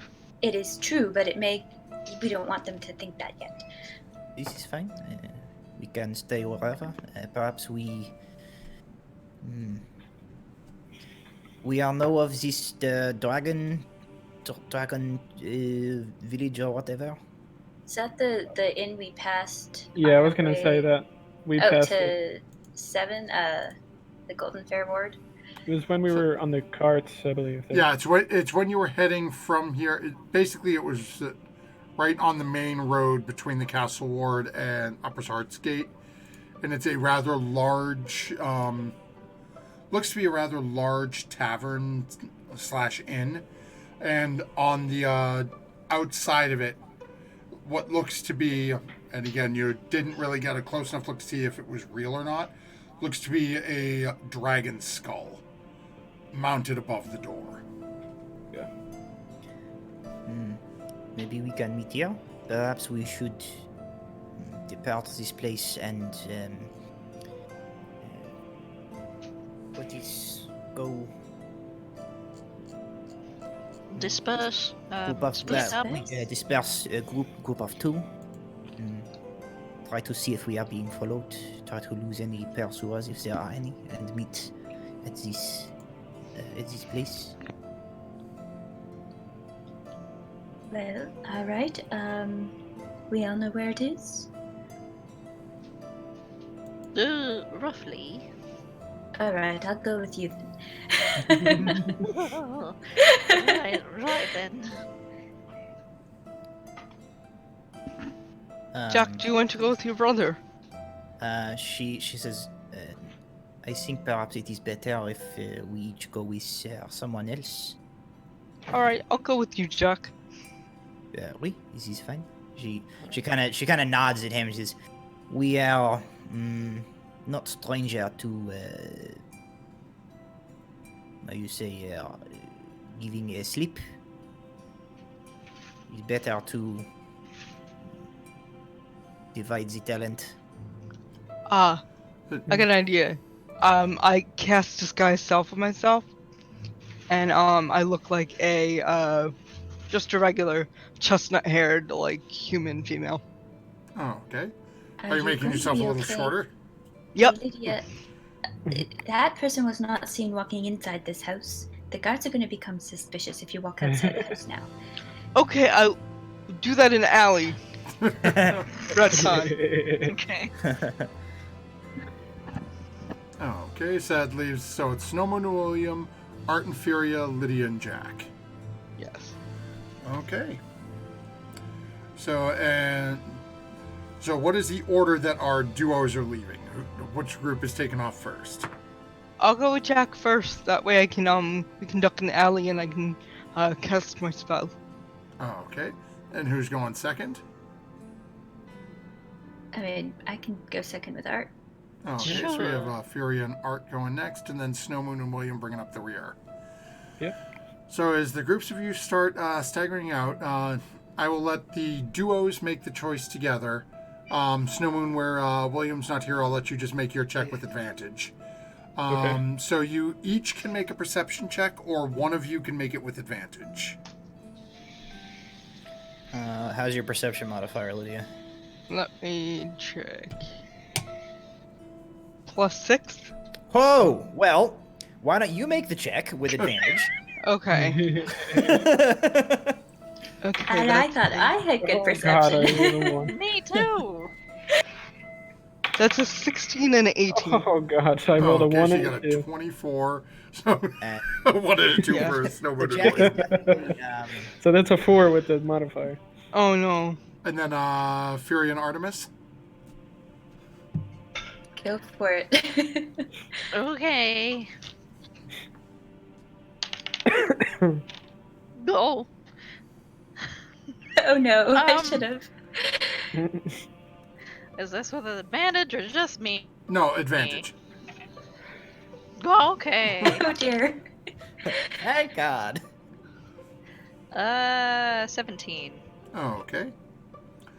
So let me The check other one was a something 4. real quick here. So Jack would definitely be taking like a very circuitous route where they're just like kind of meandering. Sometimes not even in like the remote direction of the inn, just sort of around, making like stops in various like shops and cafes and stuff, and giving Lydia the heads up of like, just look like we're out on business. Look, as we go around, look for, if you see the same person a couple of different times as we go to some of these different places, like, let me know. All right. So as Lydia and Jack, as Jack is sort of steering you through this, and you've got a pretty good grasp of where this place is, and there are a couple of points that you're noticing, like, wait a minute, it's literally like, we're going this way, and I'm supposed to be going that way. You know that Jack is leading you a little sideways, but as you're watching around, you are 100% confident that nobody is following you. Okay. Eventually, about 20 minutes or half an hour later, you guys eventually make your way in and make your way to the Dragon Lodge. Okay. As we jump over to our next group with Furia and Artemis, any specific plan of attack are you guys just heading from here straight there, or? I would start walking straight there, but walking at a slow pace, and not like a crawl, but like window shopping pace. Okay. Just to, because I'm not sure what the other pair before us or behind us are doing. So, just straight there but slow, jaunty. So as you've left probably about somewhere in the range of like 3 to 5 minutes after Jack and Lydia did. And you start making your way over there as you're sort of setting the pace and doing the window shopping bit. And Art, as you're looking around, you don't notice anyone following you that you've been able to see. You do see, again, you're sort of caught up in this little bit of a crowd as you're sort of heading out and following the main drag there. So you've got the same sort of group of people that you sort of merged in with, that occasionally one or two drop off to go into a different store or a cafe area, but eventually you get to the Dragon Lodge. When you first arrive, you don't notice Jack or Lydia there, but probably about 5 or 7 minutes after you arrive, Jack walks in with a chestnut auburn-haired human female that is standing about 6.5 feet tall. It's one big human woman. And then we will jump over to Snowmoon and Williams. Snowmoon, would you be letting Williams sort of like steer you around similar to what Jack did with Lydia? Or would you be more focused on, let's say, we're just going to hit this pace and... He's actually going to, just hit the pace, take a direct route there. He's going to like try and look over his shoulder once or twice, but he's really just taking a direct route there. So as you are literally just, out the house, turn, you are just right there. As William's walking around, the two of you end up talking a little bit. William ends up going on one of these about 7 to 10 minute tears of his former captain and the last boat they were on. So you learn a little bit more about William's, long lost love than you necessarily wanted to. But you actually managed to get there just a couple of moments after Jack and Lydia do. And as your group Okay. of you are... Oh, I can appear 3 feet shorter. So I'm Oh, I about thought- 5 foot. Okay, I thought Fine. it was only a foot shorter for disguise self. No, for Wild Magic, I can seem 3 feet shorter. Oh, okay. So I'm like 5'6". So as our group is now sort of getting situated, getting themselves to a quiet spot where they can all sit down and have a conversation, we're going to take a real quick break here so we can top off our drinks and Nice. whatnot. So we will be back in just a few minutes, folks. Thank you very much for hanging out with us. Don't forget to stay with us so our party can share all of this information that they've sort of parsed from different sources, and then see where they're heading, whether or not their plan is to hit the last location in Ravensmoor, perhaps the temple where the bodies were taken to, or maybe they're doing something else. So we'll find out shortly. We'll be back in just a few minutes, folks.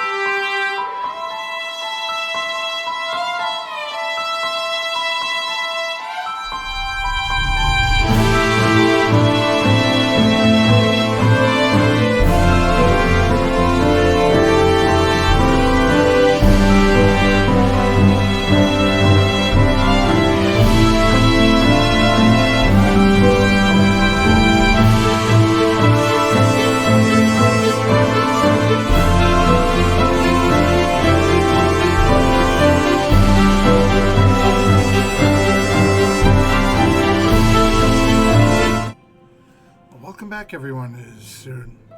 We are back from break here Monday evening, as our party has just finished. Well, the majority of our party has just finished exploring the second council member's home, the home of Tralaman Galantara, where, as the majority of them were sort of poking around the house and just getting started, when Jack arrived back after her brief sojourn back to the estate of Lady Durison, and having a very sort of interesting experience with an unnamed watcher, so to speak, who has been admitted to hunting monsters with crossbow bolts that were tipped in, well, I shouldn't say tipped, about coated about for the top half of it in what appeared to be pure silver, which Jack received one,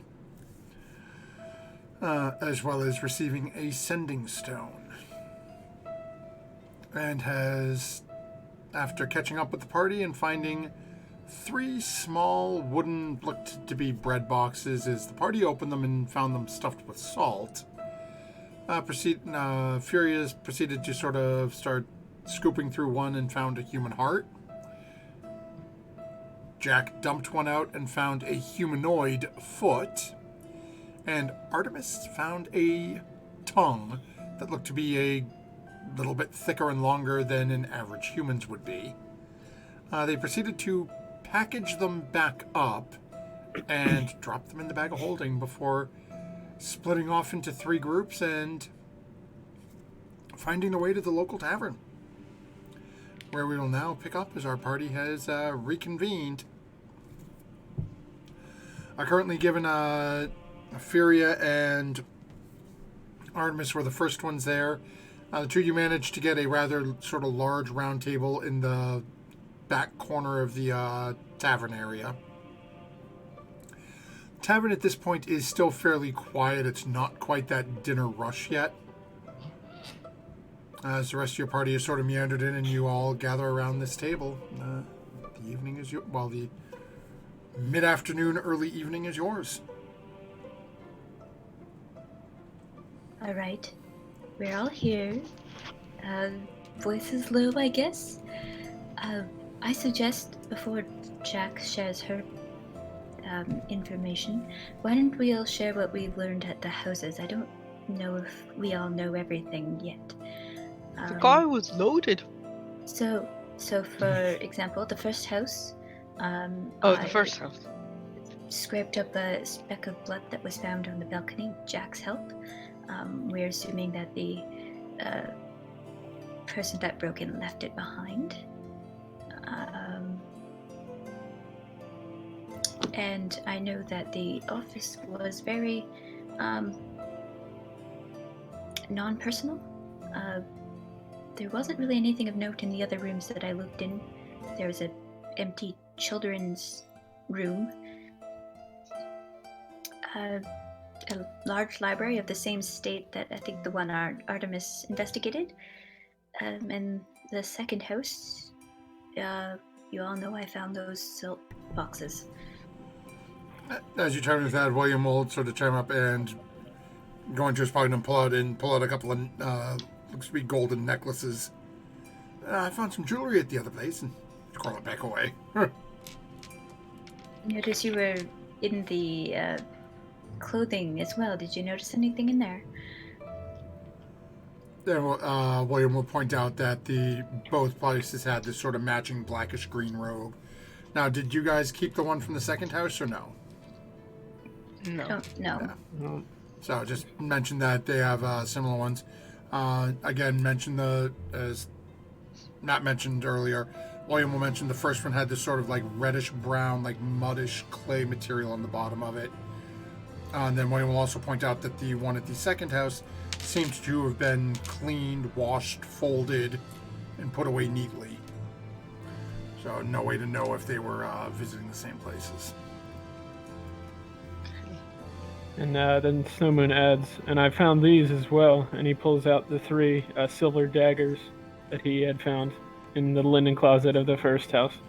Silver. Yes. what you would use to It shoot somewhat makes hit sense monsters with. if the lady had her husband in the basement. But after the second house and what Jack's hinted at, it becomes more suspicious.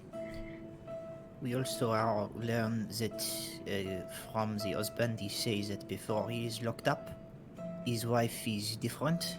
She become, he say, what does he say? Cruel? Yes? Yes, he odd. did point out differences. Oh, Odd. Okay. And we More are odd aware than that that is cruel. not the house. The house that we are told is belong to the Wolfart lady is not her house. Is not where her husband says that they live. Right. Yes, he gave us his home address, and we still have to investigate it. Art, what about you? Have you noticed anything that the rest of us don't know? That we should know? Well, I mean, perhaps we should somehow look into. Is there a cult in this city that wears those robes, and is there some way that we can get a hold of someone who knows about it? Or I think one of the robes had dirt on it of a certain color. Is that color dirt indicative of some region of the city? Right, but I Maybe. mean, you were investigating downstairs in the first house. You didn't noticing anything of importance down there that nobody else knows about? If not, that's fine. I mean, that house is pretty empty and non-personal to begin with, but we You'll just have to haven't had a excuse me, I chance have to a share horrible around memory. this, I have to look this at my own information notes. yet. Things that Art found in the first house, you found the strange grapefruit spoon of a non-metallic material. Oh yes. And again, there was no, like all the place things and everything, there was no metallic silverware. It was all the same sort of strange. Well, I shouldn't say strange. It was a material you weren't immediately familiar with.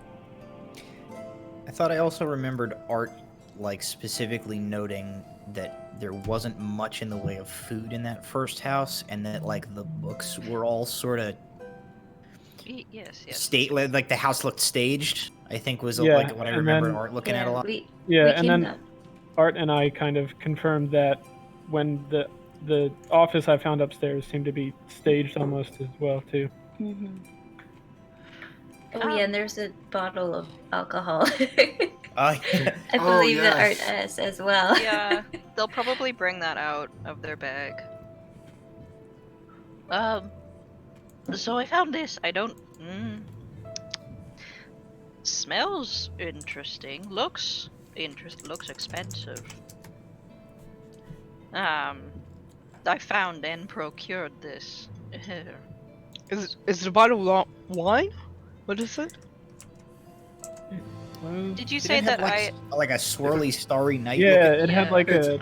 It's a deep blue liquid Okay. that has what looks to be almost like dark swirls appearing within it. Oh, okay. It's not wine. It's more of a potion. I No, understand. it looks to be alcohol. It's much Oh. larger than a potion would be. Oh, okay. Now, if I remember correctly, I think I said there were 11 servings in it. Oh, that's right. Yeah, so it's And a there- decent size. Looks to be like a wine or fine liquor bottle. Oh, okay. Yeah. It was found at a bar, I believe. At Yes, Wet it was Yeah, found it at was one of like the wet a bars wet bar. in the Well, we should den all area. try that tonight. Well, after Definitely. this meeting. Perhaps If we you show it want to the innkeeper here, and maybe you can identify for us. Or Maybe maybe he we- might confiscate it for Yeah, us putting it into his bar. maybe we pour out a little bit and Well, there are Just six like of say, us "Hey, and look one at of this." him. I am. This is not important. We need to keep on track here. I'm sorry. Oh, and Nothing in else, the Art? in the first house when we battled the creatures in the basement with the coffins, one Oh. of the bodies was wearing a dress, but it was the same like greenish blackish of these capes that we've been finding. I don't. Maybe that's relevant. It could be. And I don't know if Perhaps. everybody knows this either, but I noticed that the man in the portrait, the husband's father that went into the house with mercenaries, in the portrait upstairs he was quite old, and in the coffin downstairs he was a great deal younger. Some And sort I'm of not sure how that necromancy is works. going on. But Did just the... all right. Okay, we've so I shared- was not here for this part, but the guard, the old man from the second house was apparently very old, but he was, the guards say, much more spry and in usefulness, perhaps. The guard said he was 78, but didn't look a day over 68, or something like that. Could be nothing. Do you but, ever find that ages are really difficult for you? No? Okay, maybe it's just me. I don't know if they're just being polite or if that was actual fact. How old are you, Furia? It's kind of rude to ask, isn't it? That is true. It is rude to ask a woman her age. I I'll apologize. tell you later. Okay. It's not important. So in the second house we found all that crazy shit and I don't know what to make of it. Some kind of cult, but for kind. yeah, So if we're well, done I think, sharing, perhaps what I am find become relevant. Alright. Okay.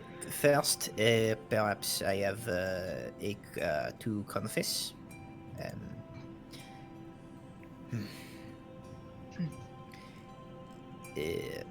I have alternate motivation for sending Wolfhard husband to the Viceroy.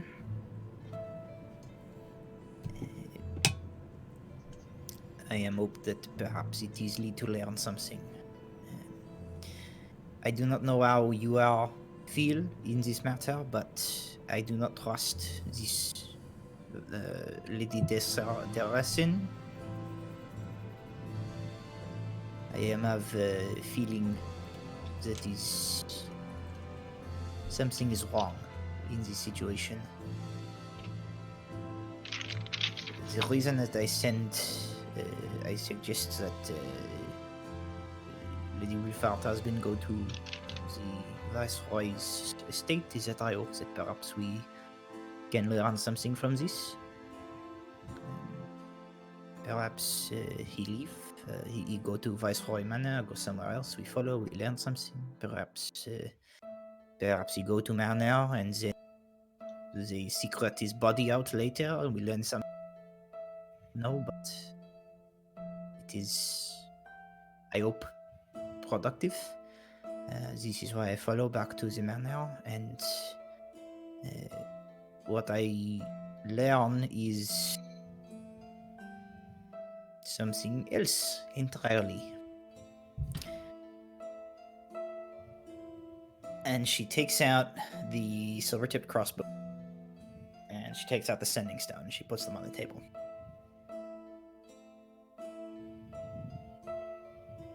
Perhaps I am wrong, but I think I may have encountered the assassin that has been killing these council people. Oh. Well, that puts a dent on our quest there, doesn't it? well, what did you learn? I talk to him. I see that he is up on the wall, watching the house. So I approach close enough to talk, to try and get information from him, but far enough to run if I need. He did not seem hostile toward me. I may have overstated my animosity towards the Viceroy. Perhaps this was what made him more willing to talk, but we discuss some of these matters. He tell me that he is his job is hunting monsters. She points to the crossbow. He's silver tip. He says that only monster get these crossbows. When I ask him if he is one who has been attacking these council people, he is not say yes, but he is not say no either. He is give me information, tell me to look at something. He tell me that there is a temple in the Ravensmoor village. He says this is where the bodies of the murdered council people have been taken. He says that if we want to know more about what is going on, we should look into this and check them. Alright. He give me this. I believe it is used to talk. He said I can contact him with it, and he can contact us. This Alright. is my feeling is that perhaps this is more than a simple assassin picking off council people of this town.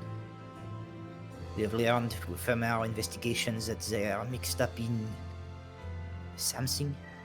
They have these robes, they have silver daggers, they have houses that are not their houses. Wilford say lady- his wife acts strange. It's the lady part of the city council. I assume she's like the boss of the council. Okay. She's the head of the ruling council, so the council is basically, I'll phrase it, she doesn't have complete rule.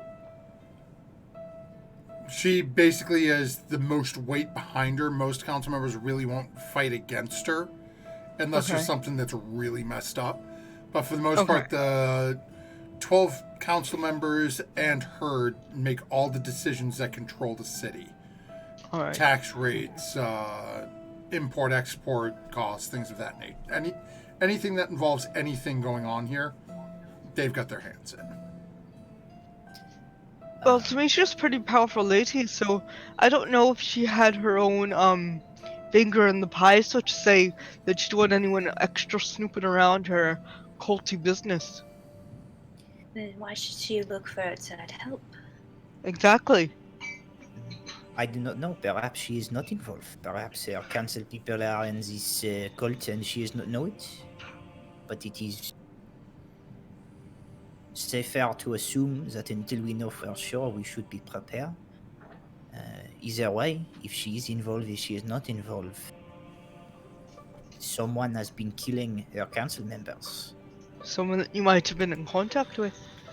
Someone that I may have Well- been in contact with. This person that you spoke with, Jack, were they big? Were they small? Human size, right? Like generally. Yeah, look to be maybe about, rough guess would be like somewhere between 5.5 and 6 foot tall. Okay, so she says this. They are cover hood mask. I do see that they have their eyes. They were yellow, like cat eyes. Here's what I think. At this point. First of all, we are here because we are to take something from the lady's estate. Personally, I do not care about her council people being murdered. It is not my business. It's not why we are here. It is convenient cover story for now. Yes, well, we at least have to keep up the facade that we're Indeed, following through on it. we do, and we are also involved now. Something is going on that we are not understand yet. Perhaps the Viceroy is involved, perhaps she is not. Certainly it seems her council people are up to something. This third party is involved somehow. I think we need gather more information still, of course, but at some point we have decision to make. We have option now. I have this crossbow, I have this stone, and at least tentatively I have perhaps some trust of this person. We could investigate, we could see if involved, we could see what is going on, try to solve this if we wish. Perhaps it get us into her good graces and she grant us what we are wish to look at or to know. Perhaps she is try to kill us afterward. This is something we don't know. Perhaps we also decide that we simply use the information that I have gathered from this mysterious person and we can lure him in. I tell him that if the Viceroy is up to no good, that I am perfectly as happy to help him as I am to help her. Maybe I can arrange a meeting and we have the Viceroy people capture him and we are done. I think we have more information together before we start making decisions like that. We must learn But- more, I think, before we do anything. But I don't think we should assume for sure that the man that you met is the killer. I mean, maybe he is, maybe he's not. Perhaps we know nothing at this point. Maybe we send him in as a distraction, and as he goes after the lady, we steal all her stuff. I am not sure that he is after the lady specifically at this point. I ask him if he's intending for her, and he say that he do not know. I see. think, perhaps he is similar to us. Perhaps he is trying to find out what is going on. I think Wonderful. we should count him as an ally, but I mean, I think we still have several places to visit before we He is make perhaps another ally, step. perhaps adversary. He is But listen, asset, I think, at this point. I need information from the lady. So if we are going to kill her, well, the reason I'm doing this whole mystery thing is she agreed to give me information on a ring I own, and I would prefer that we not kill her until I get the information. Fair enough. I see. And if we are to approach her, I think we need to have all the evidence there is to find before we report to Right. her. So are we eating lunch, or are we moving on to the house number in, where was it? South Golden Fair Ward, back where the I believe other house was. I believe we should go to this temple that is mentioned before we do Well- anything else. I think we should get the other third house that we haven't investigated yet to see if, well, maybe there's another weird rogue. Maybe they're also hiding a secret, like body parts. How did they die? You know, where? Maybe we can learn something else about this person or the council member before looking for them in the temple. And we also have the address of the actual Wolf Swift house that the man Got gave the us. work cut out for us. We do, but I think we need to go investigating more before we start making decisions about who we should be trusting here. I mean, I do agree Right. with you, Jack. There's something not right. I don't think we were given the correct information. Here is what I believe. And she gestures to the others around the table. This is who I trust. This is who I care about. Furia, you have information you need. That changes things a bit. We need her then. I don't care about cancelled people murdered. I don't care if they're cultists. I don't care who this person is. I care that these people get what they need and that these people are safe. I think we learn as much as we can. We investigate all of our options, try to piece all of this together. And we make the decision that gets everyone here what they need. The council people, the viceroy, the mysterious man with the cat eyes.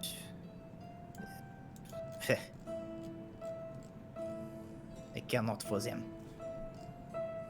We find what we need. We use what we need to use to get what we need. We get away from this place. I agree. After we get the concertina, though. Well, we still got a week here, so I mean, We the can't captain told us. make too much trouble before we get my concertina, The but then we can captain- leave. The captain told us that tomorrow we need to start doing what we're doing today, so we are a day ahead. We are nothing if not efficient. Personally, I still think that the most likely to turn up new information that give us more of a picture is this temple, but I think I am we- not argue. Tim- If everyone we wants need- to go somewhere first, I go somewhere first. I think we need context from the house first. Yes, and then we can go down and do the temple and the extra address. Tomorrow, Because maybe. well, yes, it's getting later. Are we staying here or are we going back to the Crossed Swords? How nice is this place? It's pretty nice. You'd probably put it out on a 1 to 10, probably a 6.5, 7. Okay, and the other place with the mirrors was like a 9, right? It's The like a Crossed strong Swords? 8.5, 9. This If place would I- But you probably also be know that's a cheaper. good long ways. Yeah, that's a good long travel.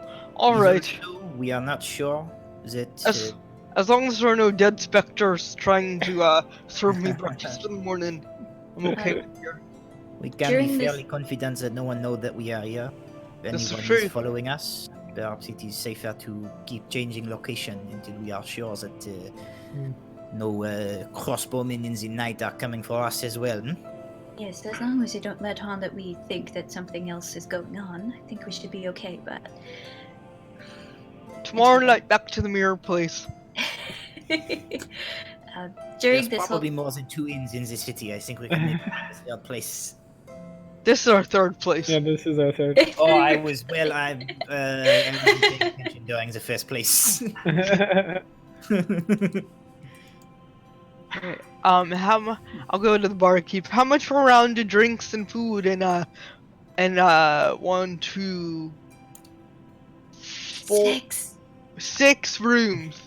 Actually, were they big enough to share? I don't know. Yeah. Depends on what you want. You can. Does it look normal? Lydia needs her own bed, so she's. She needs to push two together. So For Lottie, I suppose we can do. I'm assuming you'll be wanting breakfast in the morning then too. Quite. Let's say 8 gold for the lot of it. Alright. I'll put 8 gold down on the table. 13. 2. Just to clarify, where are the bodies of the murdered people? Is that the temple or? The is that- temple. temple. Yes, sir. Did Jack try to They get were you guys brought to a out? temple in Ravensmoor Village. Okay. Okay. During this whole conversation, I'd be sort of swivel-eyed to make sure, like, nobody was thinking us odd over in the corner here. Okay, go ahead and I know make you said it's not a busy, but- perception check for me. Excuse me. Solid 10. Oh, okay. solid. That doesn't seem to be at the point y'all were having this conversation. It was still fairly like late afternoon, early evening. It wasn't really dinner rush yet. So you had a couple of people who sort of glanced at this group that they didn't necessarily recognize, but oh no, there's that table's full. We're gonna go sit somewhere else, type deal. Well-armed people at a table in the corner.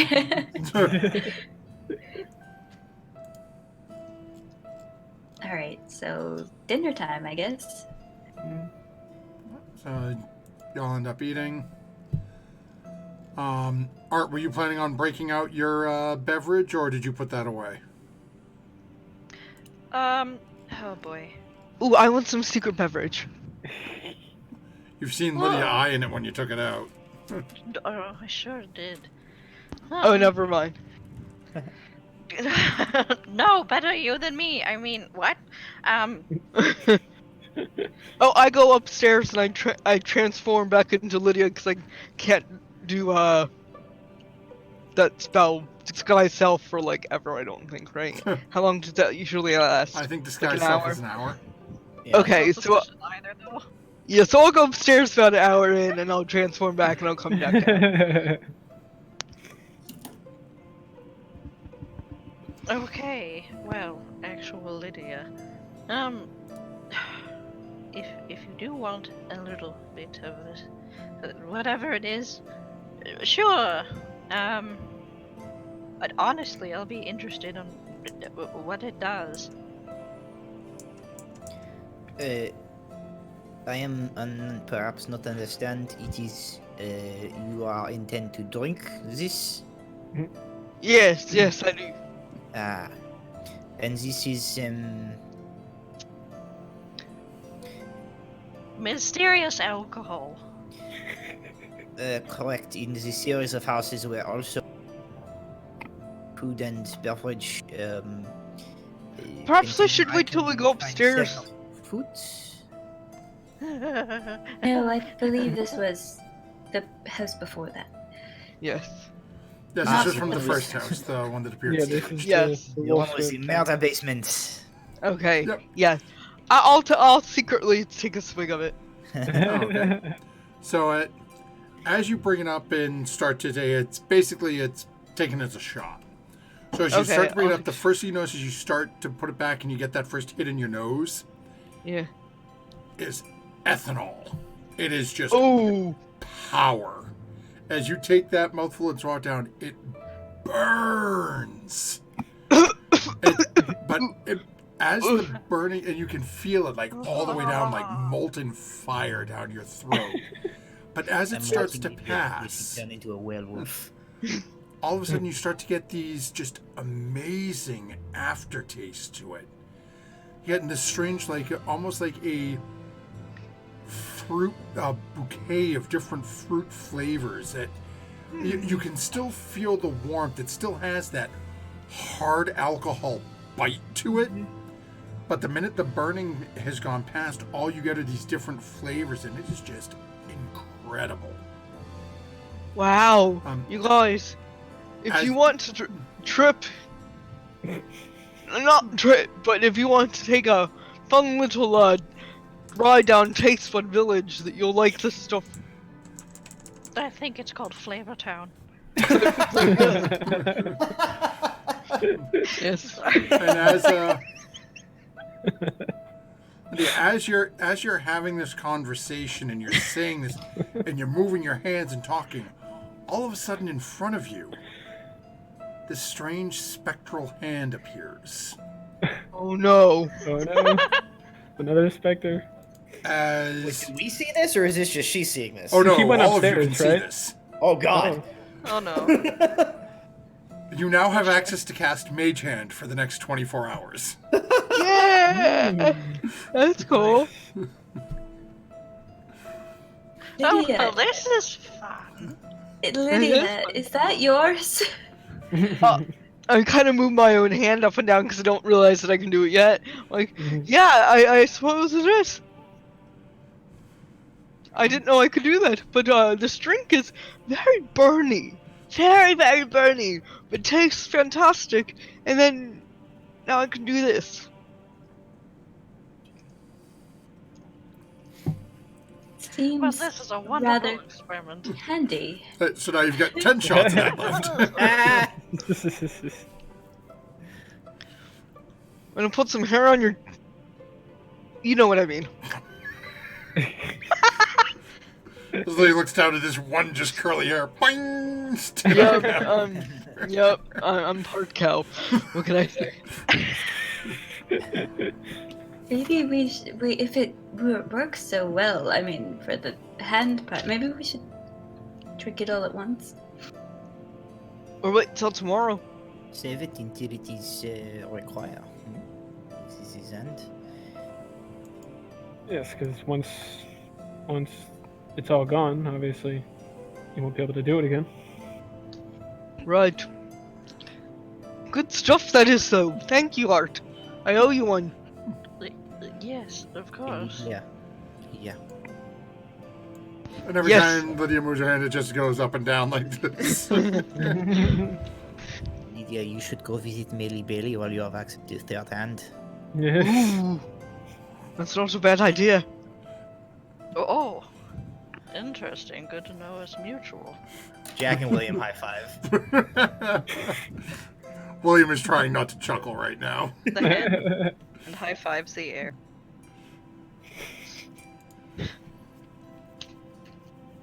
Okay, eventually, a while later, food is brought over to you. Nice carafe of wine. The evening is yours if there's anything anyone wants to discuss. If not, you guys will pass out and it will be the next morning for you. I would spend more time reading Volos if Art would let me borrow the book for another night.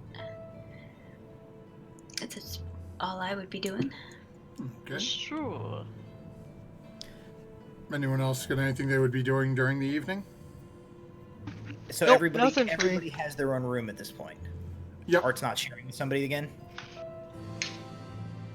Art, Didn't would you Art be share a room sharing? with Or would you somebody be last on? time? No. I think- It was shared a room? decided last time you guys did. Art had decided to stay with Furia Right. because I don't think Art wanted to pay for it. It was cheaper, yeah. Well, Art has- that and in Art has case their like own room. the book that they were going to open like unleashed some sort of mind shenanigans. They wanted like a buddy. Okay. Well, is it just as long as Art is in their own? Jack would probably go over there at some point to see if Art would be willing to as they discussed, to do a sit down and have Art teach Jack some, maybe some some letters and beginning to read and write, and practice common and stuff. Okay. Of course. And before Snowmoon goes up to his room, he's going to approach the barman or the innkeeper. Okay. And barman, that dragon skull out in front. Ooh. Is that a real dragon skull?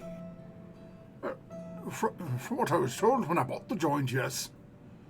I was told it was taken from a young red dragon that a local group of dwarves came through years and years ago, back when dwarves were here.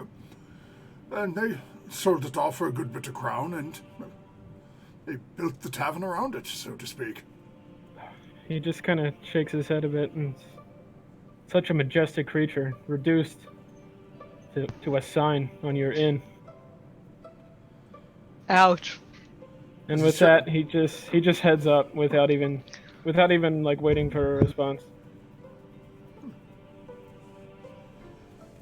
That's my dad up there.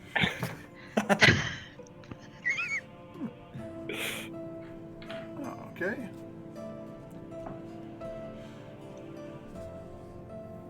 Okay, so as the everyone turns in for the evening, as some party members spend a little time together, there's a reading, taking care of their business. Morning arises. A group of you start to come to consciousness. Get dressed, start to head down.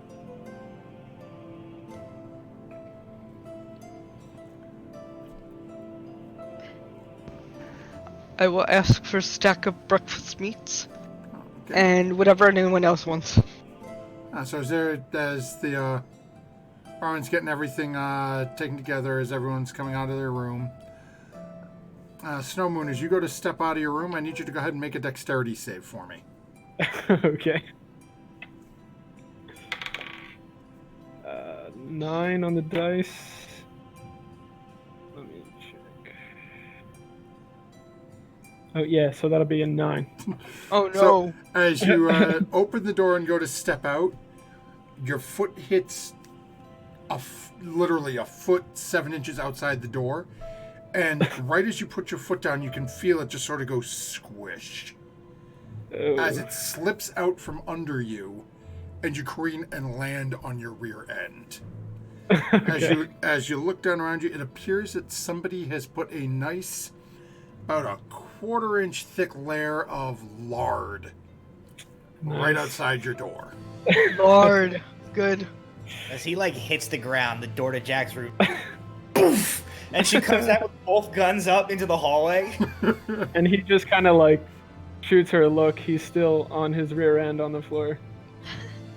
Snowmoon, what happened? It appears I upset the barman last night with a remark I made, and he's getting his justice. That's the guns away. Ah. What are you say to barman that is making put?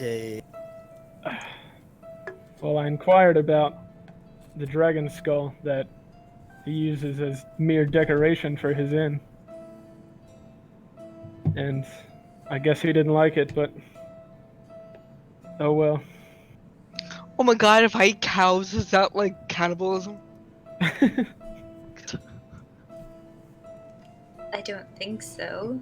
I mean, you've seen Fury eat meat, so I mean. Yeah, but I'm like, Fury eats people heads, so. yeah, that's true.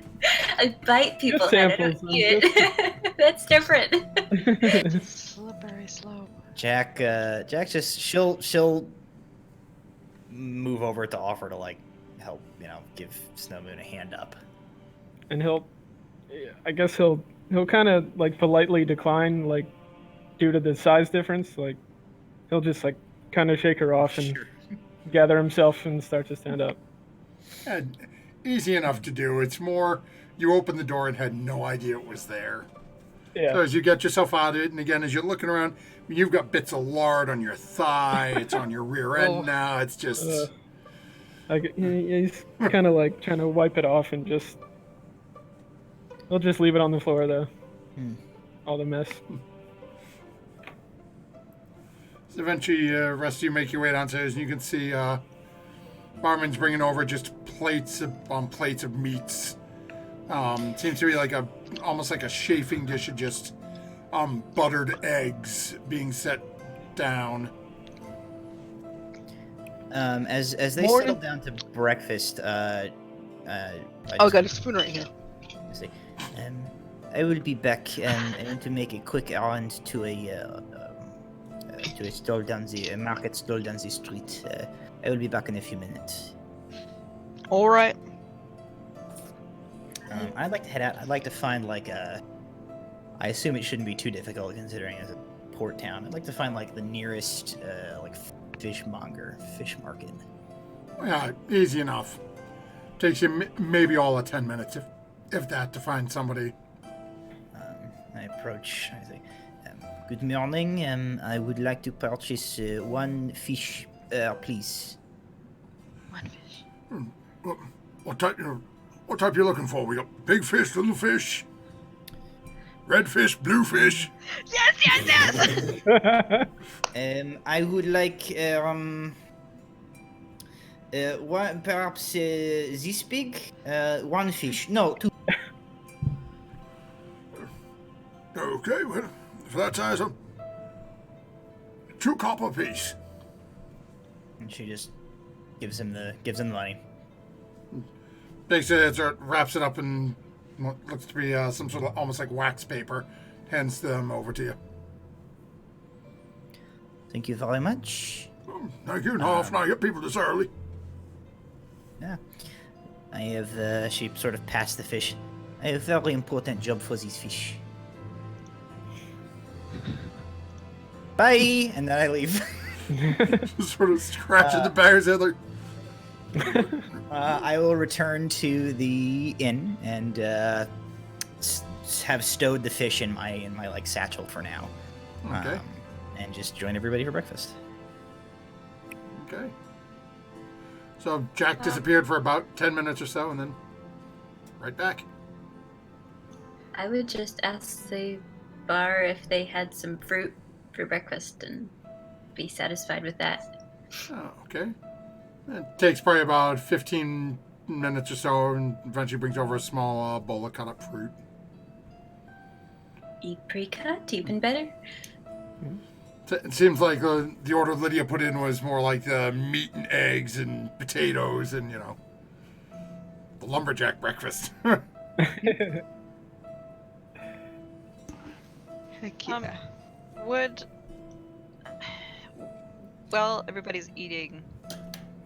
If I was to look back into that book that's in Abyssal, does it try to pull me in again?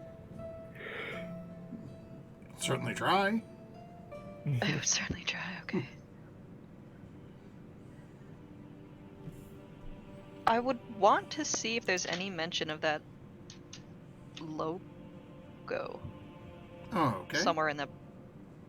Or even if in one of the other books that I have, but yeah. Oh, okay. So, well, which book are you looking at? Firstly, probably the Abyssal one. Oh, okay. I forget the other book that I have. I know I have basically Volo's Guide to... Yeah, so But- you've got Volos, which you'd be pretty sure, given that Volo was dealing with things that he had traveled around and seen, you're pretty Yes. sure you're not going to find anything in Volos on it. No. This But is something- demi-gods of the Outer Planes, So, and then a demon book. right, so the Abyssal book and the Demigods of the Outer Planes, you think you'd have a better odds of finding something in. So as you start checking the one in Abyssal first, as you start opening and flipping through it, go ahead and make a Here we go, wisdom boys. saving throw for me.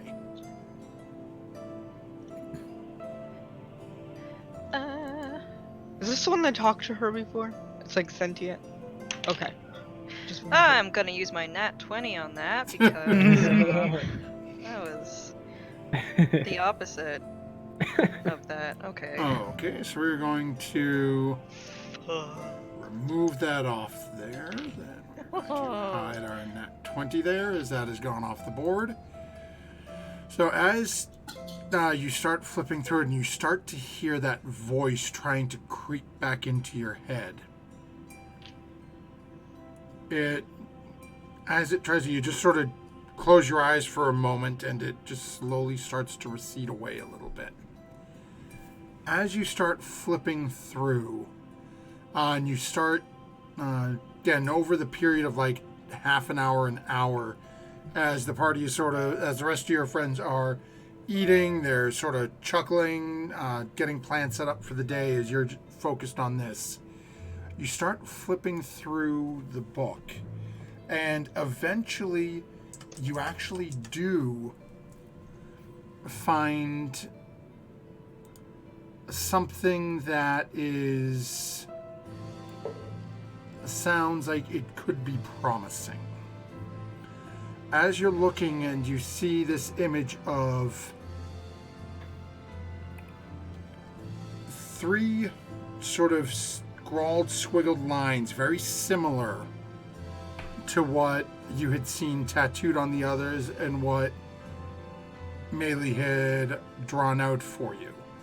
But on the top of each one of these lines looks to be a salivating humanoid face. Yeah. And underneath it, the phrase, Lord of Worms. Writhing Prince. Palemaw.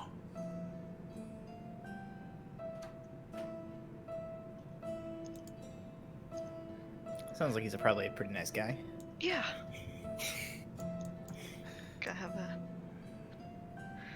weird alcohol drink with him.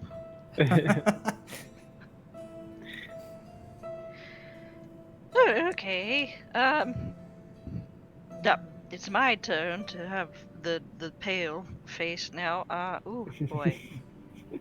I'll probably jot some very hurried notes down in my own book. And as you start trying to do it, and all of a sudden you can feel that sort of push back into your head, like you're almost like you've stopped the voice, but it's trying to push its way back in as you sort of pull your head back from the book a little bit. Yeah, I close that up.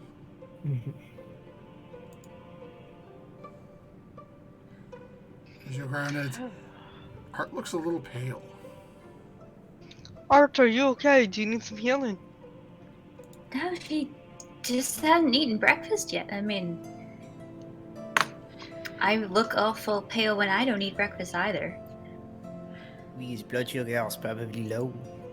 Do you have orange juice? Crackers? What did you see in the book, Art? Have a little more tact there, Snowmoon. Hence why we were all talking about how they were and how they needed orange juice. I have that's fruit okay. left over. Art points at Snowman. No, that's fine. I like you. The direct path is usually the best path. I don't know.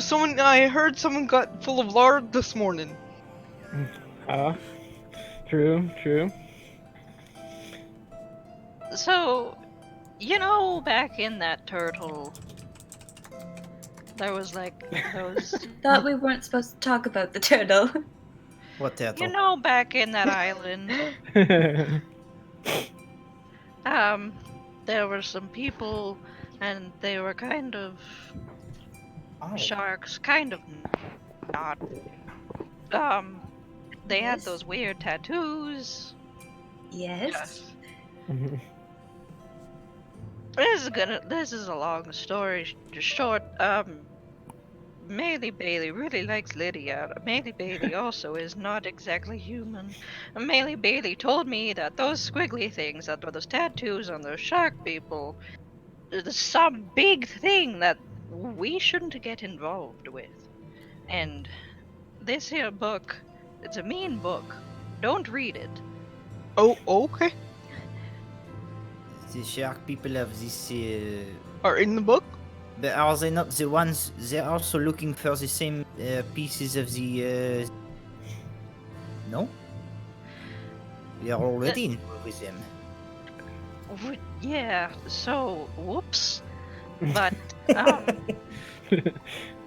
Did you tell Mealy this? no, I don't think we can trust her. Not. Just wondering. I did. Just wondering.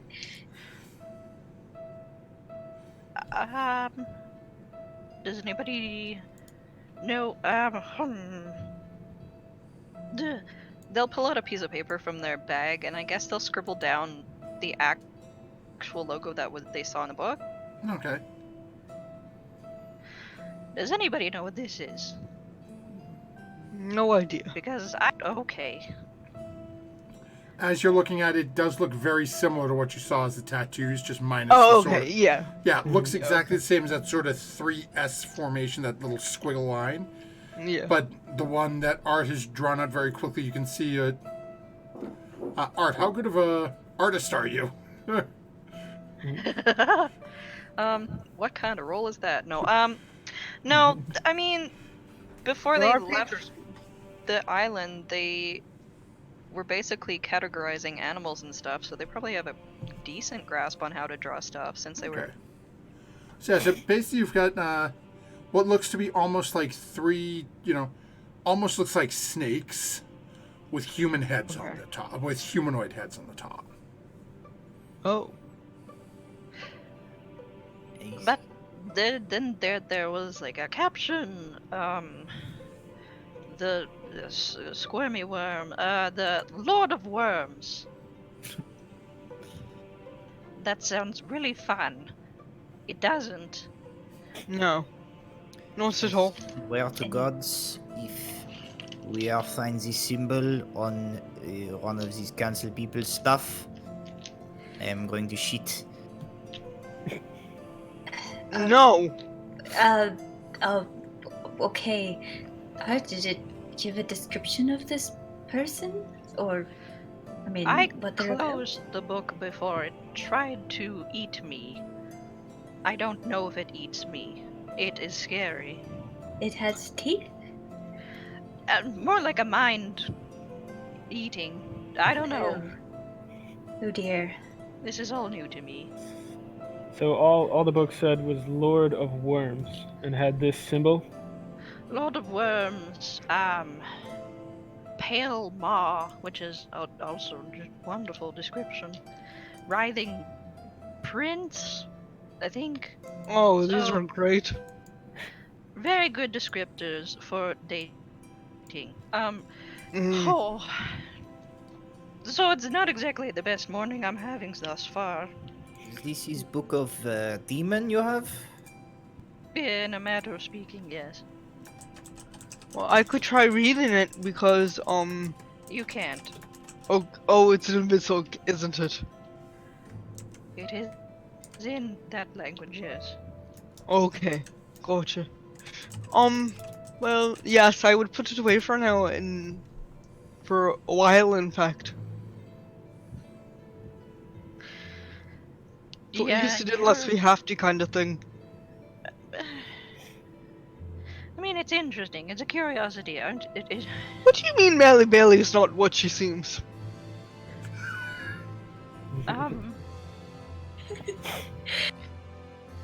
I don't know if you overheard me talking to her in that fun language of screams, but Kind of. I was busy with the hurdy-gurdy. she is most likely one of such creatures that resides in this book. Not our dear Oh, musician lady. so Why? you tell me now. Well, Wait, she better lives late in than never. a book? Oh, I am confused. you're wonderful. I love you. I don't know what's going on. People live in books Art, now. like, I don't know where positional wise they are to Furia, but they lean over real hard. Oh, aggressive. She's a demon. Oh! Oh, Oh, And she's that makes sense. disguising herself. I mean, as in not living in a book, but being the person mentioned in a book. Yes. You know. Thank you. Why That she's clears things up. this lady in the marketplace here, of all places, I don't know. I asked her, not really getting straight answers from her. maybe she's hiding out or spying or something. I think so. She said she was watching this whole thing unfold, Oh dear. but I don't know what that whole thing is. Could be this is just part of it here in this town, or maybe it continues further, since we had some allusions to it on the island. Yes, of course. Seems to be following us around.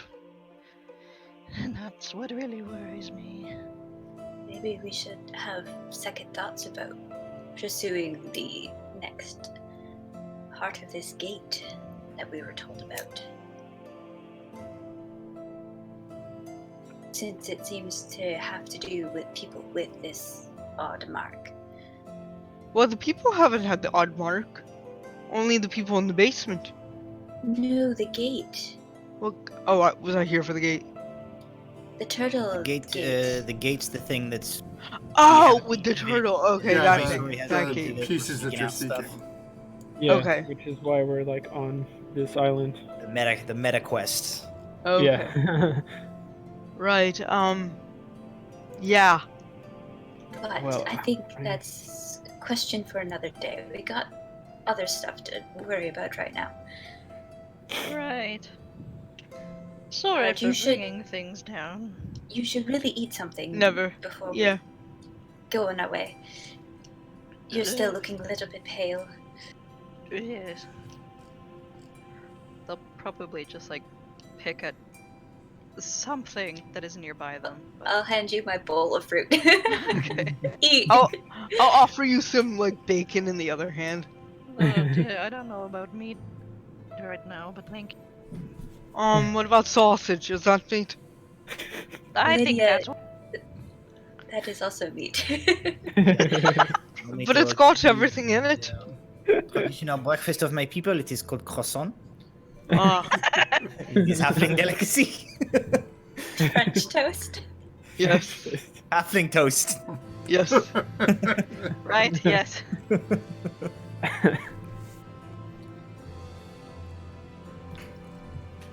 I guess we would head off Yeah. towards the next house eventually. Next house, yeah. Yeah. Okay. Who's that Um, belong to? Sorry.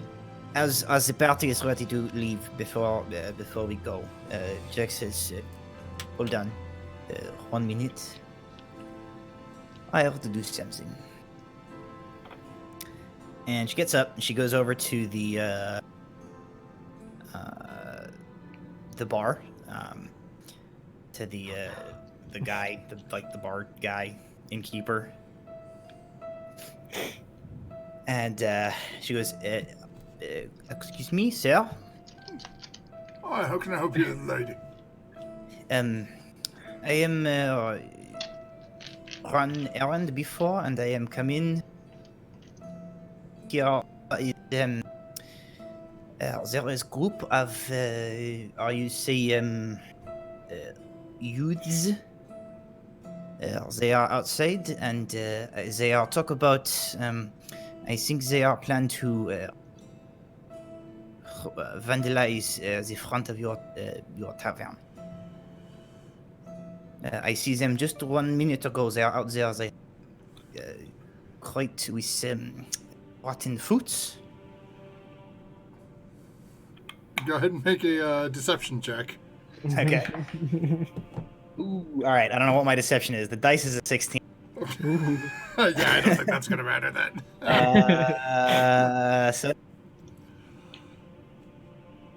There's he looks and reaches down underneath the bar and pulls out a rather nasty-looking club.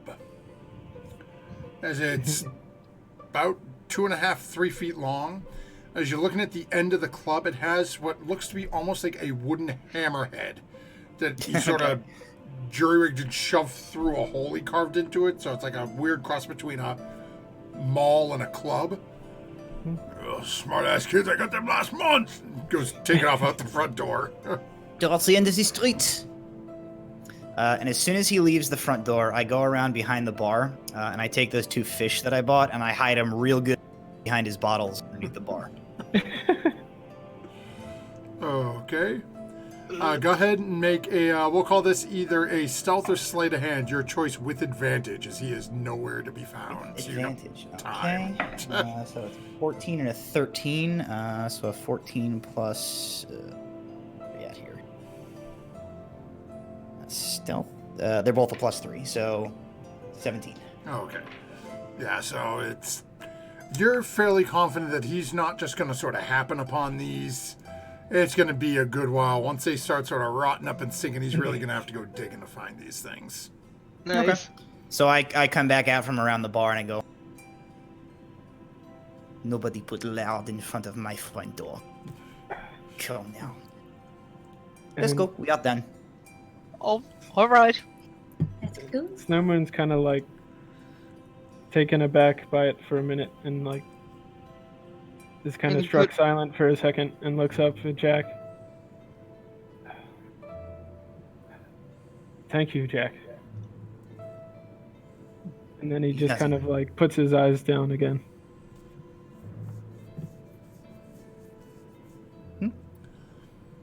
Off we go. Yes. Yes. Okay. Yes. So as the party Yes. begins to head towards towards their last stop, the home of Morris Arkenscape, Oh boy. all of you go ahead and make a perception check for me.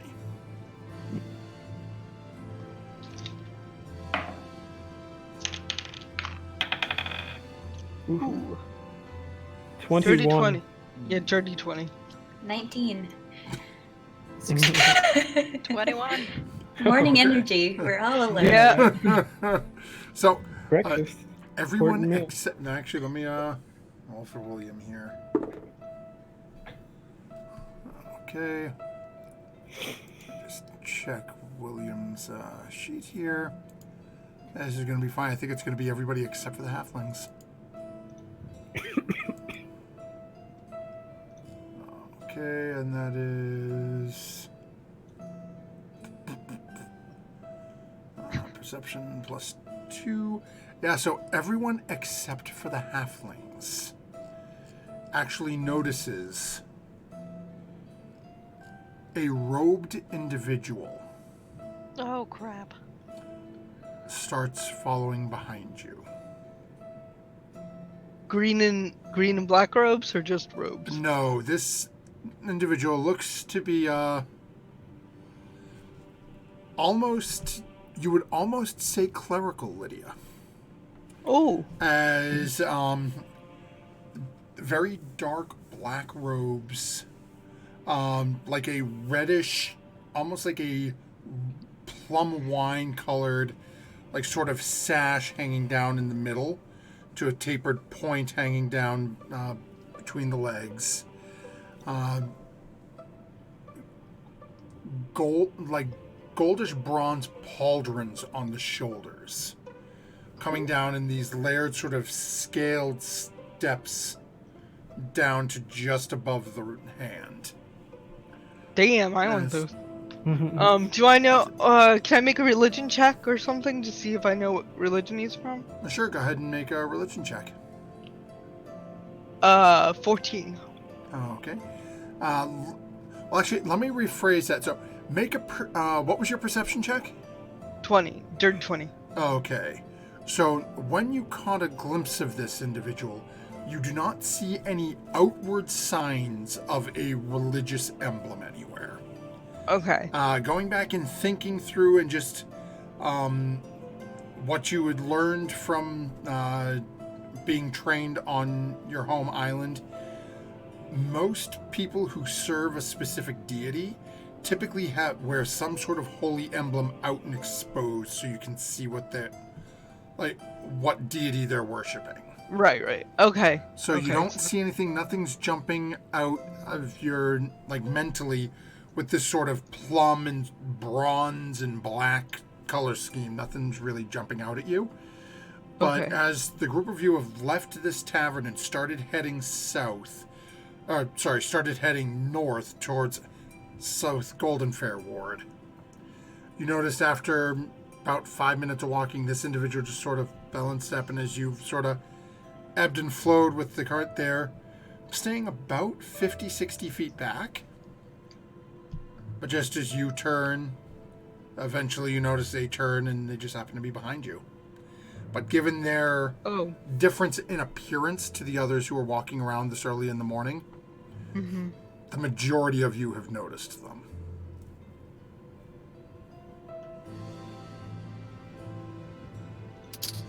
Don't look behind us, but there's somebody following us.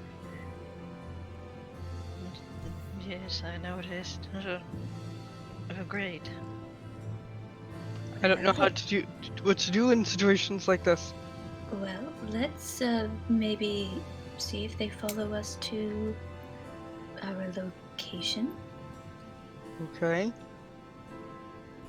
If we all go inside, maybe I could turn into something and run outside and check up on them. Or if we can just see them sitting outside watching us from there. I don't know. Should we turn in somewhere instead of our destination, like a bookstore? There's not really much out here. It's outside the city already. Oh. I mean, have we crossed the gate yet? I don't know. Was I not paying attention? At this point, yeah, I'd say you've probably gone through because the inn isn't all Okay. that far from it. So you've probably you're either just before or just after the gate. Okay, why don't we just turn down the alleyway and see if they follow us there? All right. That way they don't know our exact location where we're going. Good So idea. just start walking down the nearest alleyway. Oh, okay. That's not a dead end. Hopefully. Yeah. The PC running my Discord just crashed, so I switched over to Discord on this one. I don't know what we're doing right now though, because I didn't hear it in the last minute. Okay, so basically as Person's following us, and then what are we gonna do? Is what I heard okay, play. so the party seems like they're about to turn down the next alley they come to. So we can beat them up, maybe. Okay. See if they still continue to follow. Yeah. So as you start glancing down, it looks like the next alley runs it's about 15 feet wide, looks to run probably about 110 feet, and then opens up to another street on the other end, so you're pretty comfortable you could turn down this one if you chose to. Perfect. In the alley, with which to hide behind, crates or anything like that. Yeah, as you're looking down, you've got a couple of different boxes and crates down the alley. So presumably, Jack is gonna attempt to, once we've peeled into the alley, before our pursuer comes around the corner, Jack is gonna try and get off to the side and crouch down behind something so that Could I do this? person passes them. Okay, let's see here. Okay. So let's see, as a bonus. Sounds like it So only the lasts 6 six- seconds. Yeah, it's a 6-second thing. So I'd say okay. if you want to try it, I'll say make an intelligence check, and we'll see how well you can gauge how long it'll take that person to get there, and whether or not you'd be invisible or visible. Okay. 16? Oh, okay. So we'll see what happens. As you are now holding that until you're Okay. pretty sure it's the right time. You've got Jack. Go ahead and make a stealth check as you've turned. There's definitely a couple of crates on the left-hand side that you could dive behind. We'll Dice assume that 14, William is going to want to do the same thing as, 17 on stealth for Jack. Okay. Just give me a second. I'm just grabbing stealth for William. Actually, you know what? Or I will not remember next time, so just going to roll that. Ooh. Okay. Yeah, So- I'm going to turn into a gray and black striped cat and just sort of huddle against a building or in a little alcove somewhere. The guy comes around the corner, the entire group is gone. He's like, Except Snow Moon is gonna stand right in the middle of the alley. He's not gonna turn around, but he's gonna be peeking over his shoulder just to see if this individual continues to follow. Okay, and Artemis, what would you be doing? I don't have any fancy turn into a bat and fly away spell, so Stealth? yeah, I guess. Hide somewhere? Okay. You're small? So go ahead and make a stealth check as you've got you see Bitter Jack running over behind one group of boxes. You've got William ducking down behind what looks to be like a trash can or something. Oh boy. Alright. I was gonna hide in a barrel, but okay, that's not that bad. What's my... Never mind. Okay, 13. Okay. So you actually do manage to find it looks to be an open barrel that you just sort of dive into. So as everyone has their plans ready, and you find yourselves just waiting. And after a couple of moments, Snowmoon, as you're turning over your shoulder, and Lydia, would you be basically behind Snowmoon, closer to the street, or would you be in front of him, further away from the street that you were just walking on? Further away from the street, probably. Okay.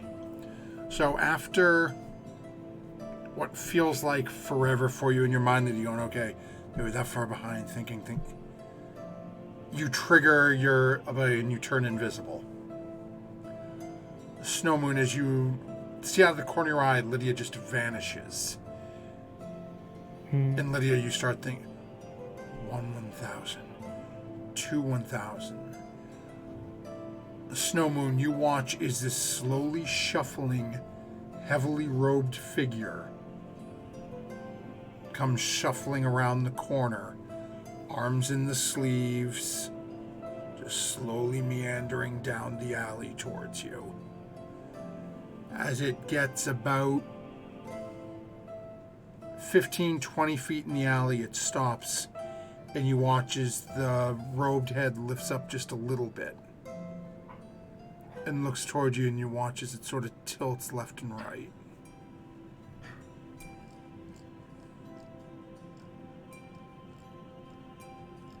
And as you're watching, you can see what looks to be a very sort of scraggly, unkept gray beard.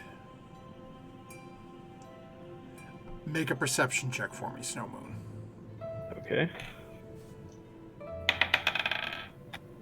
12.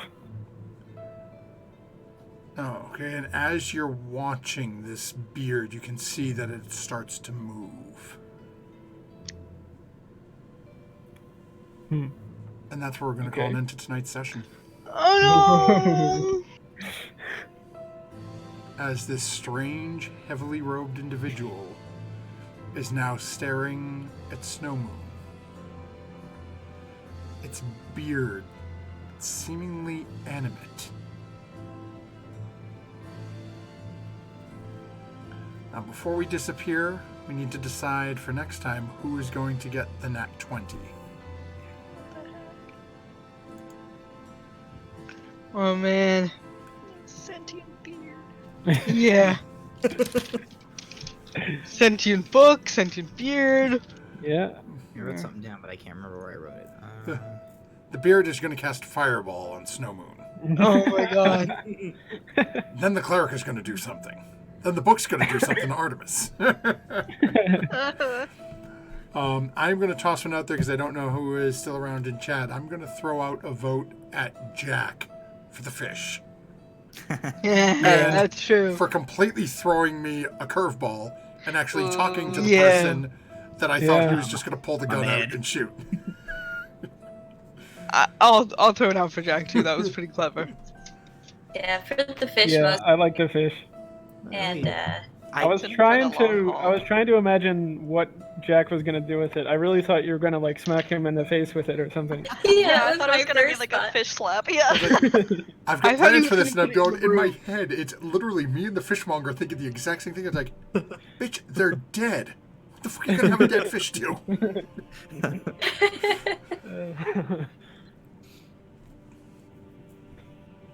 Okay, so looks like we've got enough that Jack is going to have the nat 20 for next week. Do me a Yay. favor, for the rest of you who rolled stealth checks, put them into the chat. It may or may not be very important. Oh, as a okay. cat, I did not roll one yet. Should I? Oh, that's, I'll say sure, go ahead. I think it was 13. Was it 12 or 13? I forget. I think you said it was a 13. Oh, and Lydia, you're invisible, so you have advantage on your stealth check. Okay, so At least for do the we next, roll you know. that now? Yeah, go ahead and roll it now. Okay, not bad. Not bad. Okay, I don't have a dex modifier.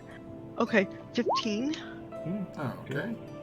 Let's toss that in chat. I'm gonna put just put stealth.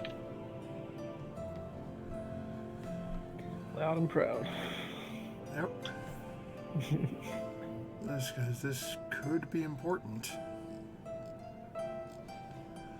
As our party is going to see what this strange individual who has been following them is interested in. Hi, Grifford. So, Three goblins with a trench coat and a sentient mop. Yeah. Awesome. Animated attack. It's literally, it is 3 goblins. One of them's a cleric, and it's cast spiritual weapon, and the spiritual weapon just looks like a beard. Love my it. So with that, don't forget, folks, when speaking to a barman and insulting their livelihood and everything that they've worked for their entire life, don't sleep at the inn afterwards, and if you do, make sure to add your proficiency bonus to all your perception and dexterity checks. See you next week, folks. Bye. Hi, Grifford. Good night, Grifford. It's a puppy!